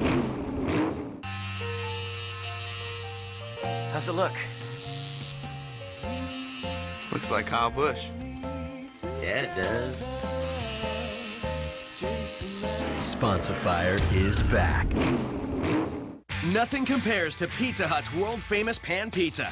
With a delicious, deep golden crust baked in a seasoned pan until it's crispy on the outside and soft on the inside. It's a true original. And now, for a limited time, choose any pan pizza, any size, with any of your favorite toppings for just $10. Even specialty pan pizzas, like a large meat lover's pan or a large pan supreme. There's nothing like a pan pizza, so for just $10, why not get two? The legendary pan pizza, now only $10 and only at your Pizza Hut. This is Nadia. Her memory is perfect, and it's killing her. Complete recall of every moment of every day since puberty. One of only a handful of reported cases. Fox tomorrow. Remember me? Just kidding. Will her gift My memory is the only thing that made me special. take her life? I think your kidneys are shutting down. I have good news and bad news. Am I gonna die? You figured out the bad news. All New House. Viewer discretion advised. Tomorrow at 8/7 Central on Fox. Dale Earnhardt Jr. and Jeff Gordon presently on the front row in Chevrolets. Then Trevor Baynes Ford, Paul Menard, and Clint Boyer are the Fast Five right now, as the Onion, that's what Randy LaJoie nicknamed Todd Bodine early on in his career, and driving for the Germain Motorsports Group in all three big races here in Daytona. Todd Bodine times in at a 49.16. He will have to race his way into the 500. Krista? Joe Nemechek's nickname Front Row Joe. Okay, it's not the front row literally, but it's got to feel like it. Where did all that speed come from? I tell you what, we struggled a little bit yesterday, but I got to thank all the guys that have helped us out. Got a lot of part-time guys that just come to help, and Felipe Lopez, my crew chief, did an awesome job. We got a new sponsor on board, AMFMenergy.com. Check it out. We got all kinds of great products on there, so guys, check it out. It's just great to be back here in Daytona. You know, we struggled yesterday, didn't really know what was wrong with our car, and we made a lot of adjustments last night and this morning, and I never thought it would run that fast. I was hoping it'd run a flat, and you know, you have to get what you can get, but the engine guys tuned the motor up. Triad, thank you very much, and it was a good lap, so we'll see. Feels as good as, if not better than, the front row. Well, there are 16 Toyotas here, and Nemechek is the fastest of all of them, and he will race in the 500. Travis Kvapil from Wisconsin, star of the Truck Series, where he will compete all season long, and he'll also race here for a front row in this number 38 Ford, trying to make his 6th Daytona 500. He went to see the Packers play last week in the Super Bowl. A lot of the NASCAR boys were out there. No report if he was the guy wearing the cheese head or not. 2003 champion of the Truck Series. And we are told Steve Burns has photographic evidence that, yes, Travis was wearing one of those big wedges of cheese. All right. Okay. Attaboy. Okay. Yeah, you talk about him running full-time in the NASCAR Camping World Truck Series this year. When Toyota made their move to NASCAR in 2004, it was in the NASCAR Camping World Truck Series, and Travis Kvapil was part of bringing them their first NASCAR win. Right now, he has to beat a 48.92. That's Michael Waltrip's time to be assured of starting the 500. If not, then he will have to race his way in. So Waltrip right now is 24th, and Quapple has a chance at that. Yeah, that's a good first lap. That's exactly what Michael ran on his first lap. Lost a little bit in turn 2, trying to gain it back in the backstretch, and that needle in the ticker's working the right way. Yeah. Headed to the left. Yeah, he's got a little speed down the back. Not a lot of headwind now. It's pretty well died down. That's a big plus. Could be a top 20 run for the Janesville, Wisconsin driver. He could just get it back over there just a teeny bit. Sweeps up a little high out of turn 4. That's the long way around, but here's the checker. Coming. He's going to be in good shape. Good shape. Third fastest of the cars second fastest of the cars not yet qualified. Travis Quapple, 20th overall. Nice run. He can breathe a little easier.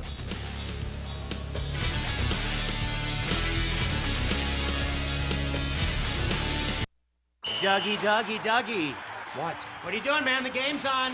I used to watch for the commercials. Thank you. Wardrobe malfunction. Right. Whoa, is that Danica Patrick? Yeah. Waiting for her ad to run. You won't see it on TV, but it's on at GoDaddy.com.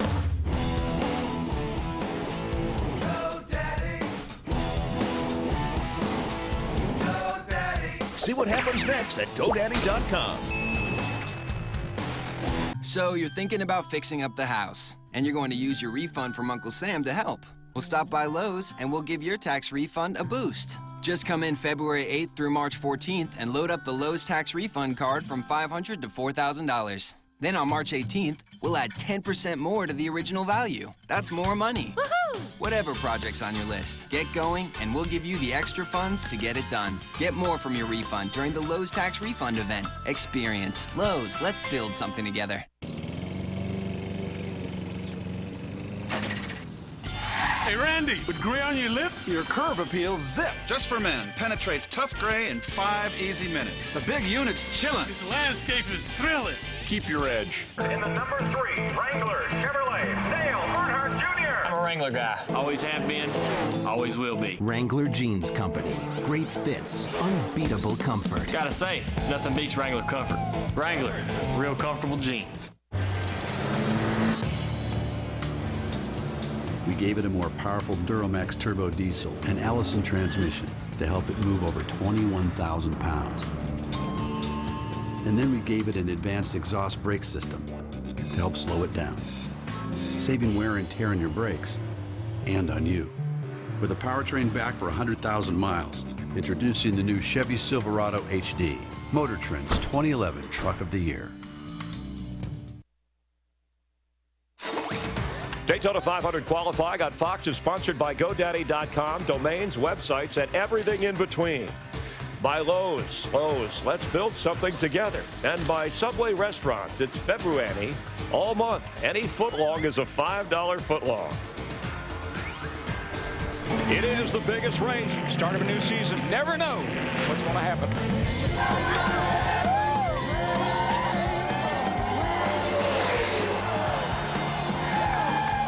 Be the best 500 ever.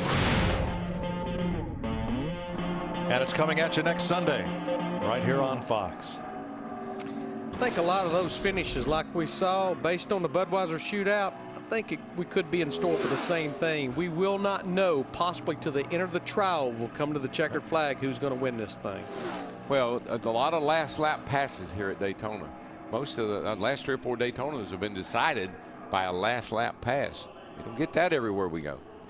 Derek Cope on track, completing his qualifying run, the 1990 Daytona 500 winner. He also won Dover that year. 50-59 for Cope. As we have 4 cars left to go, he will have to try and race his way in on Thursday to make the 500. Krista? Awesome Bill from Dawsonville is feeling pretty awesome right now. You've raced a lot of races at this racetrack. How does that new pavement feel to you, and how do you feel about those laps? The pavement's great. I mean, I'd been coming here since '76, and I was here before they paved it when I know a few years ago, and then now they've been back again. It's great. The pavement's great. Racetrack feels good, a lot of grip to it. I think you saw last night what these guys can do, and you know, I'm just glad we turned in a good lap. I mean, you stay nervous about these deals because it don't take anything for a guy to make one mistake, you know, and then put you out of the deal. And that, I mean, that's what you got to do, is just make sure you don't make any mistakes, run as fast as you possibly can run.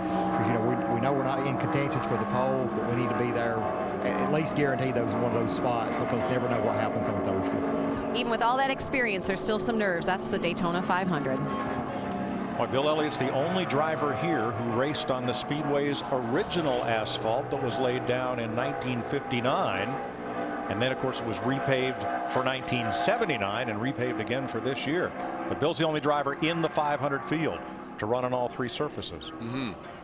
Just seeing Michael McDowell come to the green here, and I see he's got Motor Racing Outreach, our ministry, on the hood of that car.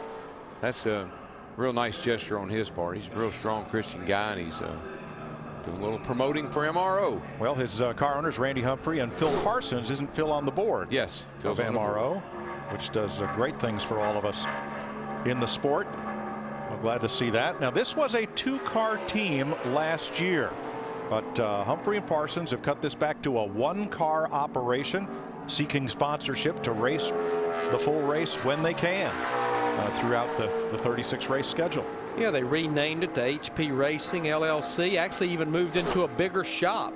A little more resources to pull from. Michael's a good kid. He speaks to a lot of churches. He really works closely with the youth. He's just a really good guy. First lap 49.92. Does not appear that he will threaten Bill Elliott, Travis Kvapil, and Joe Nemechek. About half a second off of their first lap time. So he's just looking for a good starting spot for Thursday to try to make the 500. You know, Darrell, we know how much that young kids, especially young race car drivers, enjoy iRacing and racing simulators.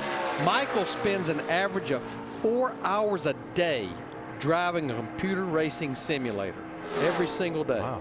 Unbelievable. I spend 4 hours a day on Twitter, but I never have quite made it to iRace yet. Michael did race his way into the 500 last year for his only Daytona 500 start. And he clocks in 39th fastest with a 49.33, 182.4. 3 drivers to go in Daytona 500 pole qualifying. Hey, here's a little good news. If you want decent mileage in a pickup, you don't have to order your engine off the kiddie menu anymore. Say hello to variable cam timing, direct injection, and piston cooling jets. Yeah, the engineers at Ford have been busy. They got 4, count them, 4 all-new truck engines for the 2011 F-150 to give you the most power, the most towing, and the best fuel economy. Now that's tasty. This is the future. This is the new F-150. February 85, $5 footlong. It's February. Every day this month, any regular footlong is a $5 footlong. Even the tasty turkey breast. Subway, eat fresh. It's Subway Footlong Nation Appreciation, super powered by PlayStation. We're giving away a prize a minute, so grab a 32-ounce drink for your chance to win free footlongs for life and hot new PS3 games before you can buy them. It's all to thank you for making Subway footlongs famous. Subway, where winners eat.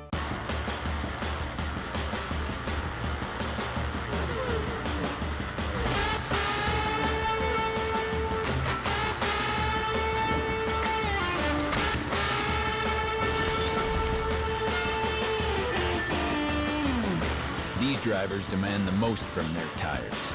They choose Goodyear. And everything we've learned making these tires inspires what we roll into yours. Goodyear, more driven. This is the Evo 4G. And this is everything people love about it. They're big fans of the 4G speed and the powerful Android platform. So we took both and used them to make something new. Introducing the new HTC Evo Shift 4G, only from Sprint, the Now Network. Facts tonight. All new Animation Domination has a funny way of showing the love. Not bad. Marge has a hair emergency on The Simpsons. What do you think? Bob's Burgers has the hormones. What's wrong with Tina? Puberty. Oh, sick! Then testify your love for Family Guy. Testify, testify. And Cleveland's got no love for basketball's best. You're all terrible. I just wish I could get through one All-Star game without crying. The Big Love Fest starts tonight at 7, 6 Central on Fox. Daytona 500 qualifying on Fox is sponsored by Sprint, proud sponsor of the NASCAR Sprint Cup Series. A few cars remain here. Pole qualifying just about wrapped up for next Sunday's Daytona 500. Jeff Hammond, this is the way it looks. You know, we talk about two drivers tangoing, finding that draft partner. This is the way the front row would stand. It looks like it's going to hold up. Could those two, you know, they share a garage, teammates, could those two over 500 miles next Sunday team up and race around the track? Absolutely. I mean, that's the thing that you're looking for. We heard Jeff Gordon last night. He was complaining because he couldn't find the right person to run with until Kevin Harvick came along. He was able to partner up then. Then he kind of made a run at the front. Dale Earnhardt Jr. may be exactly what he's looking for. We know they're going to be starting up front in the 500, so this is going to be real interesting to see how it kind of plays out. And our Ghost Car Index, as we take a look, there's nothing wrong with your TV set. Oh, no, and this is exactly what we're talking about. You see where Dale Jr. is running his line compared to Jeff Gordon. Well, if they can work on this to where they shadow each other even better, you could imagine how much faster they're going to have an opportunity to be when they drop the green flag on Sunday for the 500. And that's what you're looking for, is two guys who can basically run as one, be as one. And these two teammates can be exactly what the doctor ordered. And who else might figure into that mix? Oh, that's where the big $54 question really is, because you don't know. You're going to be looking from here till they drop the green flag on Sunday. Who is the guy that you can do the best? Can you push better, or can you actually be the guy out front kind of directing the traffic? So who is the most comfortable out front? That's going to be the big question between now and next Sunday. Usually it's a $6,400 question, but you know, with cutbacks, the economy. Exactly right. I'm a little bit on the cheap side. Let's rejoin Darrell, Larry, and Mike. Now, if I understand the change at Hendricks, right, over at Rick, over at Hendricks Motorsports, the 88 car is the 24 car. It's last year's 24 car and crew with new numbers on it, right? And the 24 car is the 5 car. Was the 5 car and last crew. year. Alan Gustafson and his cars and his crew, yes. Because all they did is change drivers. They didn't change cars or equipment. They changed drivers. Essentially, yes. And put different drivers in different situations. Yeah, in simple terms, those 3 drivers, their seats, their spotter, their sponsor, and their number moved to a different race team. Kevin Conway has done some moving to different race teams. He started out in what were at front row last year, moved to Robbie Gordon's team late in the season, and now he's worked a deal with Joe Nemechek to bring a car here for the 500. He is the 2010 Rookie of the Year in the Sprint Cup Series, and his second lap is 49.19, 182.9 miles per hour, 36th overall. So of those go or go homers, he is 7th. And will have to race his way into the 500. Respectable lap. And what we're doing now with only 2 cars left to go, Bill Elliott is locked into the Daytona 500. Don't know where he's going to start just yet. Krista? Travis Kvapil with one of those good laps. He gets out of the car and says, that feeling is just like how I felt last week when your team, the Packers, won the Super Bowl. That's exactly what it felt like. It's not like qualifying at Texas where I was shaking, but I was shaking when I got out of the car. It's just, as a driver, you don't really have much control of what's going on. It's just all about the team and the engine, and just really proud of everybody at Front Row Motorsports. We literally didn't get this car in our shop till January 15th, and we had 3 or 4 weeks to work on it. So it hasn't been to the wind tunnel, hasn't been to the 7-post, any of that stuff, but the guys just worked really hard, and Doug Yates and his gang obviously put a great motor under the hood, so really proud of everybody involved with the effort they put into it, and it's a great way to kick the year off. We have to find a championship belt for you, like Rogers. That'd be good. That'd be good. Thanks, Krista. Terry Labonte comes out next, and we know Labonte will be in the 500 because of the various ways to make the field. As the 1984 and 96 Series champion, he is the most recent champion not yet qualified, so he has that provisional to fall back on if needed. And I'd say that's really a beautiful thing for these guys, because that was the way they had it planned. Frank Stoddard is the car owner. He was a crew chief last year. and has been for most of his Sprint Cup career. Won races at Roush Racing with Jeff Burton. His longtime backer, U.S. Chrome, comes with him to form this brand new race team. Terry Labonte will drive here, and other drivers will complete out the season for them. And it's completely brand new. The paint's not even dry yet because it just came together a few weeks ago. And as you mentioned, running the full schedule, and Mike Skinner going to possibly race at Phoenix next week, I think, for this team. And Frankie Stoddard, he's a racer. You know, he wants to be at the racetrack. He wants to race, just like Tommy Baldwin. They're racers. They guys that they got in their blood. They'll do anything to get a car to the track and race it. As Labonte completes his run, let's check with Steve. And with Jeff Gordon, and what does it say about Hendrick Motorsports to see that 88 and the 24 on the pylon right behind you? Oh, that's awesome. You know, really excited about all the effort that is, you know, being put out for Daytona. This is a very special race, and it means a lot to Rick. It means a lot to all the people, all the Hendrick employees, and certainly excited for these two teams, and very excited about what we're doing with the Drive to End Hunger. And if you go to drivetoendhunger.org, we've got a food drive going on right now in Central Florida, and if you want to learn more, go there, because just loving all the support that we're already getting, and we're going to help a lot of people out. Thank you, Jeff. Thank you. Steve. Terry Labonte first came here in 1979 for Texas oilman Billy Hagan. He's raced here for Junior Johnson, for Leo Jackson, for Rick Hendrick, and now for Frank Stoddard. And he will be in the 500, either from racing his way in on Thursday or from the Champions Provisional. This is not one of the 3 fastest laps among the go-or-go homers. 1 car to go, and qualifying will be done. 35 drivers have won a Daytona 500 pole. Dale Jr. would be the 36th. And Darrell, as we said earlier, a third of the Daytona 500s almost have been won from the front row. Yeah, and of course 9 of those races have won for its last lap passes. So we're setting up for some pretty exciting stuff here. And all the cars qualified. I heard one roar, really loud roar. As a matter of fact, I looked around. What happened?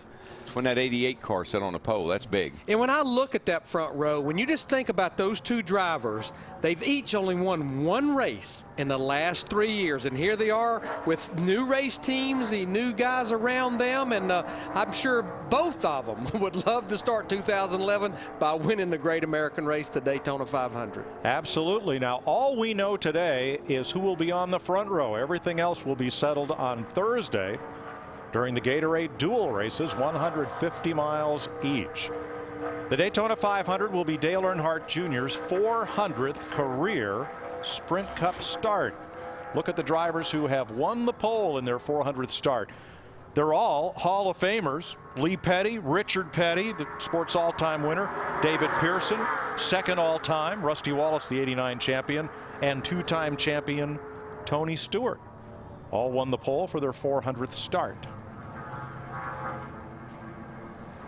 On track, our final qualifier is the 4th Dodge in the 500 field. Brian Keselowski, Brad Keselowski's brother, intends to run for Rookie of the Year this year. That's the yellow stripe across the back bumper of that number 92. His brother, Kurt Busch, and Robbie Gordon are the other Chargers trying to make the race. That run that Terry Labonte made, we just had Krista just talked to Travis Kvapil. We know that he will be one of those cars now that's locked into the Daytona 500.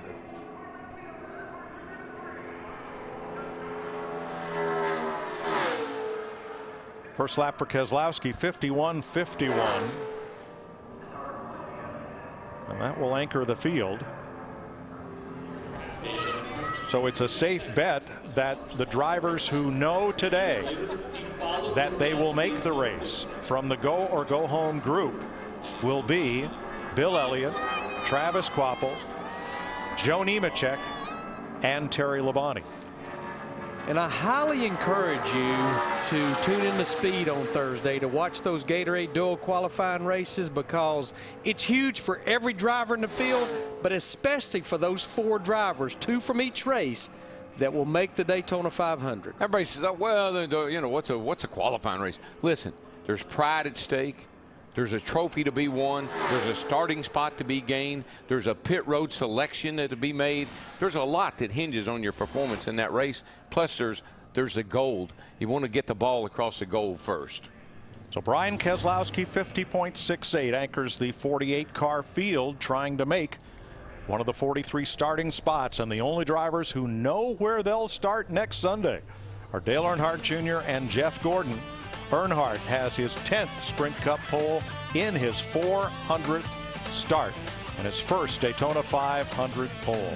More from Daytona after this. Fox Tuesday has never been funnier. Dig it, sister. First, Glee catches Bieber fever. Baby, baby, baby, oh. I gotta get that girl on my Cheerios. All new Glee. They're tiny. Germs. And they're everywhere. All new Raising Hope. Plus, the new comedy Traffic Light is gonna make you cheer. So suck on that, society! It's all new starting at 8/7 Central, Tuesday on Fox. Even though that you're working in groups, you're still being judged individually. Fox Wednesday, the group rounds begin. Some will soar. You guys slammed it. I loved it. And others... that was absolutely terrible. Not so much. Who will make the cut? I know that I don't want to go home. I'm not going home. It's an all-new 2-hour American Idol. Wednesday at 8/7 Central on Fox. Family Guy's on a crash course with death. Talk about bad Valentine's days. It's you, Peter. Baby aspirin has improved my heart one heck of a heap. Pardon my French. It's cool, I know French, but who's this jerk? Adam Carolla guest stars. All new at 9/8 Central tonight on Fox. When it shifts, it goes. No, it's more of a... Good news. Just a simple shift solenoid. It's like a ting. It's just your mouse. Oh. I don't know what this light is. That's your check engine light. We'll check it for you. For nearly 50 years, AMCO centers have fixed the most complicated system in your car, the transmission. So it's no wonder people come to us for everything. AA, MCO. When it comes to important decisions, we do our homework and we choose wisely. That's why people in California choose the fuel-efficient Ford Fusion. With unbeatable quality, hands-free sync technology, Shuffle on, and a hybrid model that can travel 700 miles on a single tank of gas. Gas-powered Fusions are now more affordable than ever. Just $179 a month for 24 months. Ford is the right choice. Fusion is my choice. See your California Ford dealer. YourCaliforniaFord.com. Advance Auto Parts Monster Jam is coming to the Oakland Alameda County Coliseum Saturday, February 26th, and KTVU wants to send you to the show. Log on to KTVU.com and enter to win 4 tickets and 4 pit passes today. Carl's Jr.'s new hand-breaded chicken tenders. Juicy golden brown crispy perfection. Try the new chicken tenders combo at Carl's Jr. and get a buy one, get one half off lift ticket coupon while supplies last to Sierra at Tahoe Resort, offering more value than any other resort in Lake Tahoe. Or for your chance to win a 4-pack of lift tickets, go to KTVU.com and click contest from the entertainment tab. Brought to you by Carl's Jr.'s new hand-breaded chicken tenders and Sierra at Tahoe Resort. This Valentine's Day, fall in love with our new hippo during Hearts, Hugs, and Hippos, only at the San Francisco Zoo. Bring him a Valentine's card February 12th and 13th and receive $1 off regular admission. Details at sfzoo.org. Promotional considerations provided by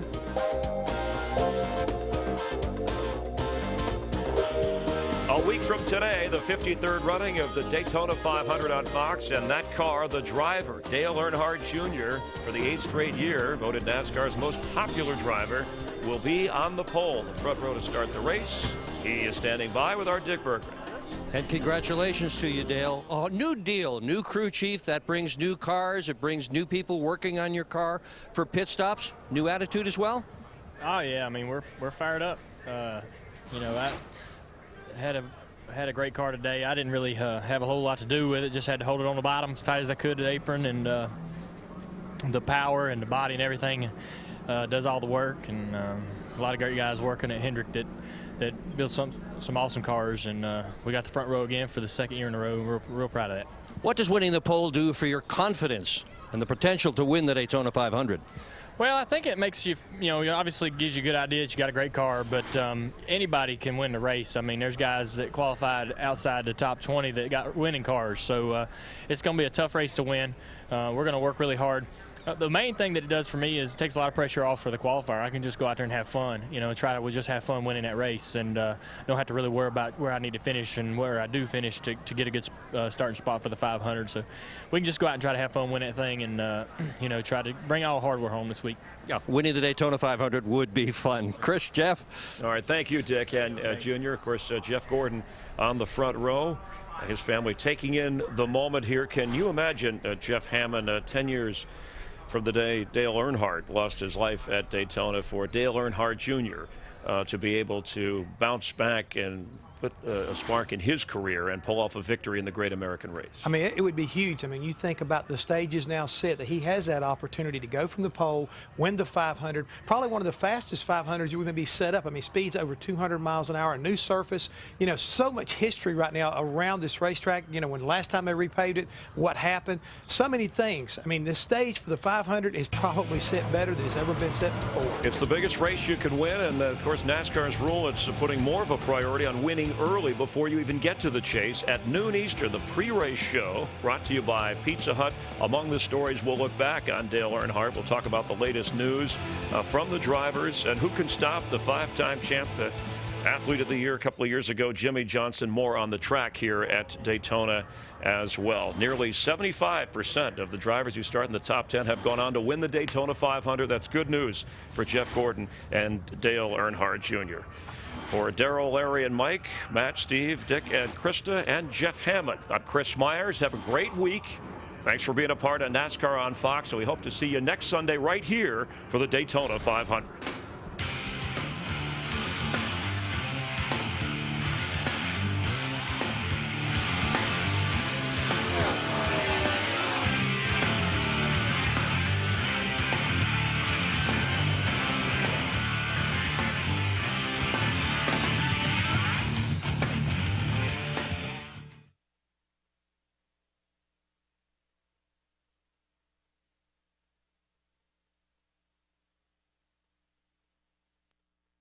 This is more than a ticket. It's a wallet-sized definition of who you are and where you belong, providing both a place to sit and countless chances to stand up for what you believe in. It's a rite of passage, a declaration of independence, and an invitation to discover 43 new heroes and 100,000 new friends. This is more than a ticket, because it says as much about you as any piece of paper can. Reserve yours today at NASCAR.com/tickets. This copyrighted telecast may not be reproduced, retransmitted, or used in any form without the authorized written consent of NASCAR Broadcasting. NASCAR would like to thank all of our loyal fans for your continued support, and we hope you enjoyed today's broadcast.